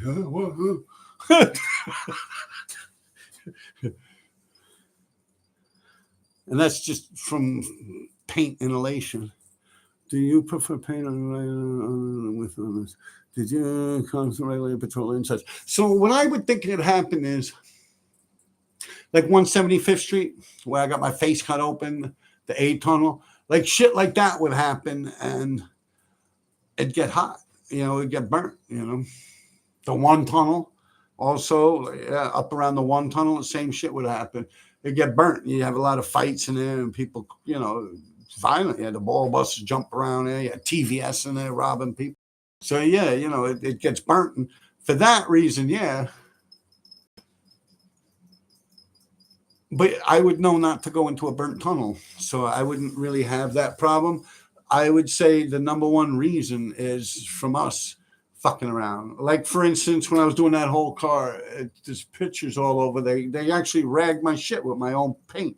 I was with John, and he had no paint, so I threw him 2 cans of silver or something, and then he started trying to weasel in on what I had set aside. You know, John, meaning JJ. Now I have my shit set aside to do my whole car. And he started trying to weasel in. I'm like, come on, man, what the fuck, man? Like, yo, you knew we were coming here, man. This is like, I got this whole, like, just enough for what I need and this and that. So he's like, oh, man. So he went in the conductor's booth and he started, like, singing, like, Beastie Boys songs and shit. And he's like, shit down, motherfucker, like on the intercom. You know, and it echoes through the trains, the cops and people in the train station, they hear that shit, like cursing and stuff on the CB, the intercom. It's like the speakers throughout the subway. So they hear that shit and probably go tell a token clerk, hey, what's going on? If not, maybe it's a maintenance guy mopping the fucking floor there. And he's like, that ain't normal, man. You know, whatever. The cops came and I never got to finish that whole car. And they actually wrote in it rag. But I still count that as 10. Because it was done, all I had to do was do shine lines in it. Like I did the whole background and everything. I just wanted to hit it off with a couple of shine lines. And I had blue to put in the background, the light baby blue. Krylon light baby blue. I had like 2 cans of blue just to shoot up in the back, whatever's missing of the car. And that's what they grabbed that shit. And they wrote rag. And they did the Vandal Squad shit on me. They wrote rag and this and that. I mean, fuck them. There's pictures of that rag because it never ran. I actually have pictures here. I'm not going to go pulling them out now, but it's on Instagram. If you look at it, it says rag, R, like in script, A-G, and you'll see V. It's like the same blue. And check it out. It's on Instagram. And what else? Wait, Tracy Towers, yeah. What was the craziest raid? I don't know. I was, like I said, unless I was like going like with Lace and them, I really was by myself and I never had those problems. Like as far as it goes with raids, like if I heard the slightest little noise, I knew it wasn't me. You know what I'm saying? If you're with one other person, you could turn around and say, yo, was that you? You heard that? And they're like, yo, that was me. That was my keys. But when I hear something and it's not a rhythmic sound of nature, like water dripping or something like that, or like a certain cling, cling, cling, or like the motor of an engine, if it's not noises like that and it's like not generic, I'm like, yo,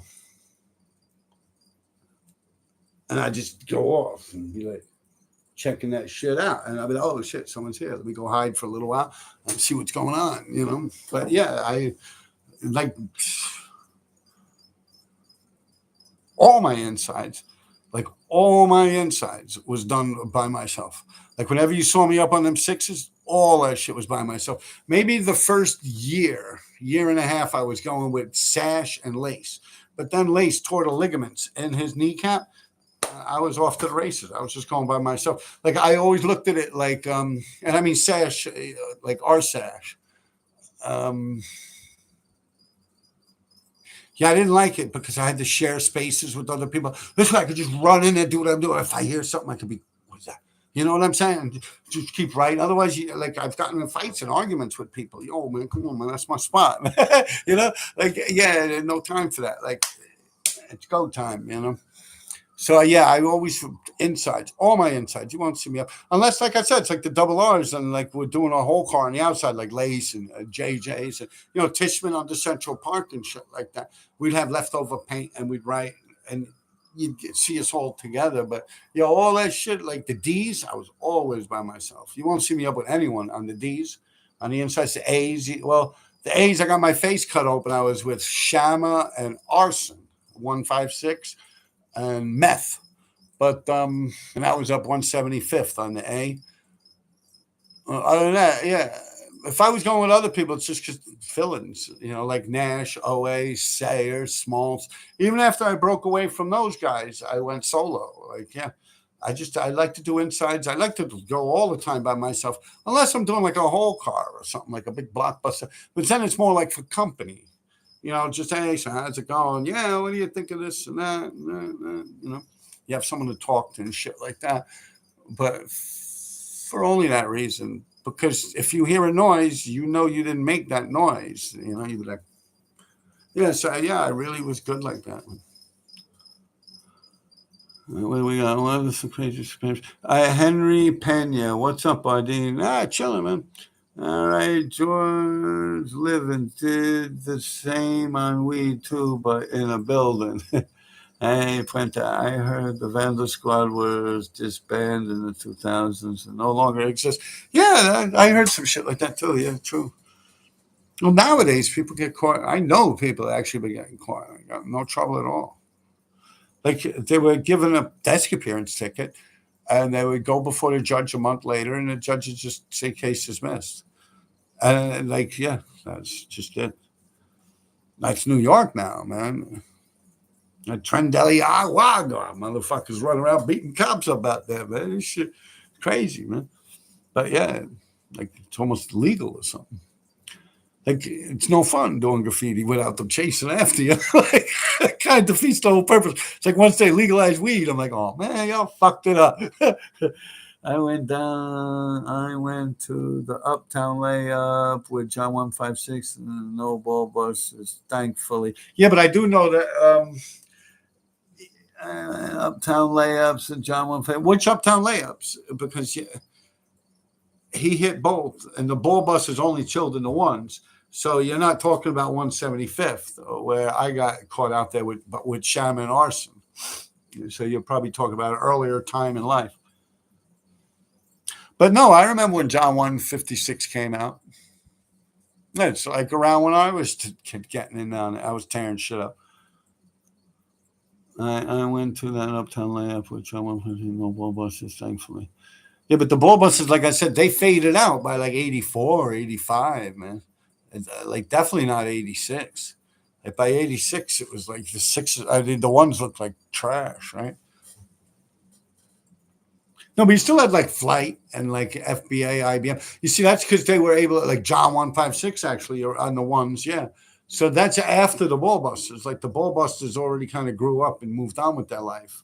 The point you're talking about. When John 156 came out and was active like that, The ball busters already weren't the ball busters. What you would have to worry about is on the A tunnel, the FK crew. Yeah, from 175th Street. Yeah, you tune in with the environment like a ninja. Man, like a fucking mongoose. Shit, it's almost midnight, man. I got work tomorrow, man. I gotta go, guys. I train, I think. Me and I heard nobody cares.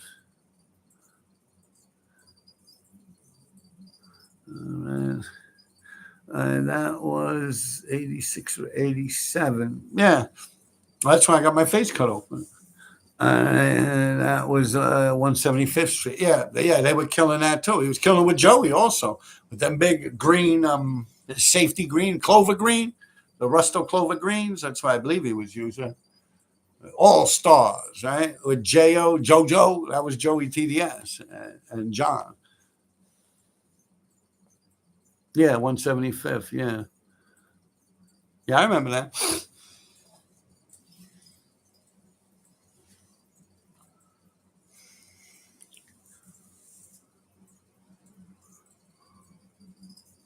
Who is unsubscribing? The fucking dude probably ain't even subscribed anyway. Who gives a fuck? Join Patreon. What are we? Scary place. Yeah, that place. I don't know. I got in like Shama and Arson. They had like a hatch from above. I think it was Broadway. And you could lift that up and squeeze in, throw it, like on top of the trains and shit like that. And it was like, yeah, it was a bit much, man. But it was a good layup, man. But for that, I was killing Grant. If I knew I was going to get chopped the fuck up, I could have just went to Grant. It's like the same thing just out in Brooklyn when no one's going to chop you up. For real, because like I said, I was killing Grant like every Sunday, like 11 o'clock in the morning, just a couple of years before that with Ripe and Nash. And I'm literally like right before that.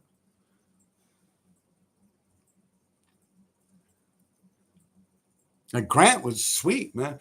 Grant, that is the Wiz place in Style Wars. Where they walk around, yeah, we used to find maps in here and all that shit. Yeah, that was Grant. In the movie Style Wars, when he's in the staircase, there's actually pictures of Nash and them staircase. I think with Tyke, TFO in them. Yeah, Sayers in it, Smalls in it. Well, everyone's in it but me because I don't think I was there. I have a good night, RD. See you on next one. Yeah, I normally don't come on. I was kind of sitting around. There wasn't much to do. I said, let me go on here and goof around a little bit, Yeah, good night. Yeah, let me call it a night, man. I'll wait a couple more minutes. It's almost midnight. Scar, Disco, Dint, Zook, FK, dude. Yeah, there you go. That's it. Yeah. Yeah, them guys. I'll have that shit with me till I die, man. Look at that. They got me good, man. Rick what you consider it takes to run New York City nowadays? Damn, dude. You for real? You fucking with me, right? Rick Razor, dude. Like I just went to a whole big shit about that, man. We was talking about that shit for like a fucking hour, man.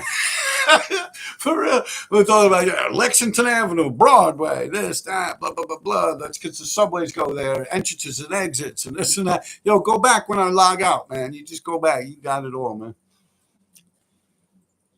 What you consider it takes to run a I'm working the graveyard. Thanks for the stories. Yeah, no problem, man. I normally don't really come on here. I haven't come on in a while. Well, me and Sammy came on like maybe a month or two ago, but before that was like a year or something. Because a friend of mine got arrested. It was in all the newspapers. And it's actually where Diddy is right now. And people started putting his whole name on there and talking about his girlfriend and who did this and who did that. I'm like, oh, whoa. I had to click that shit off. I'm not trying to get my friend in trouble. I mean, this is like the infant stages of an investigation that's putting this guy away for the rest of his life. He's like my age, serious crimes and shit, So I can't, I can't do that. Like, that's crazy.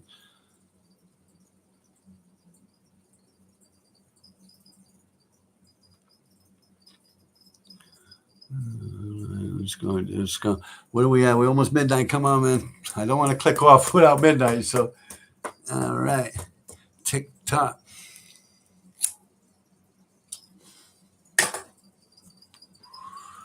All right.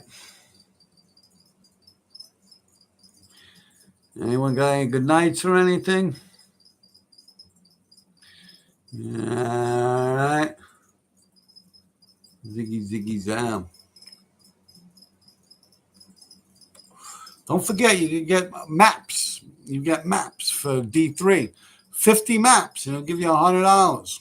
Yeah, you can meet them on 83rd Street and 5th Avenue in front of the museum. You can buy these shirts. Need an RD t-shirt.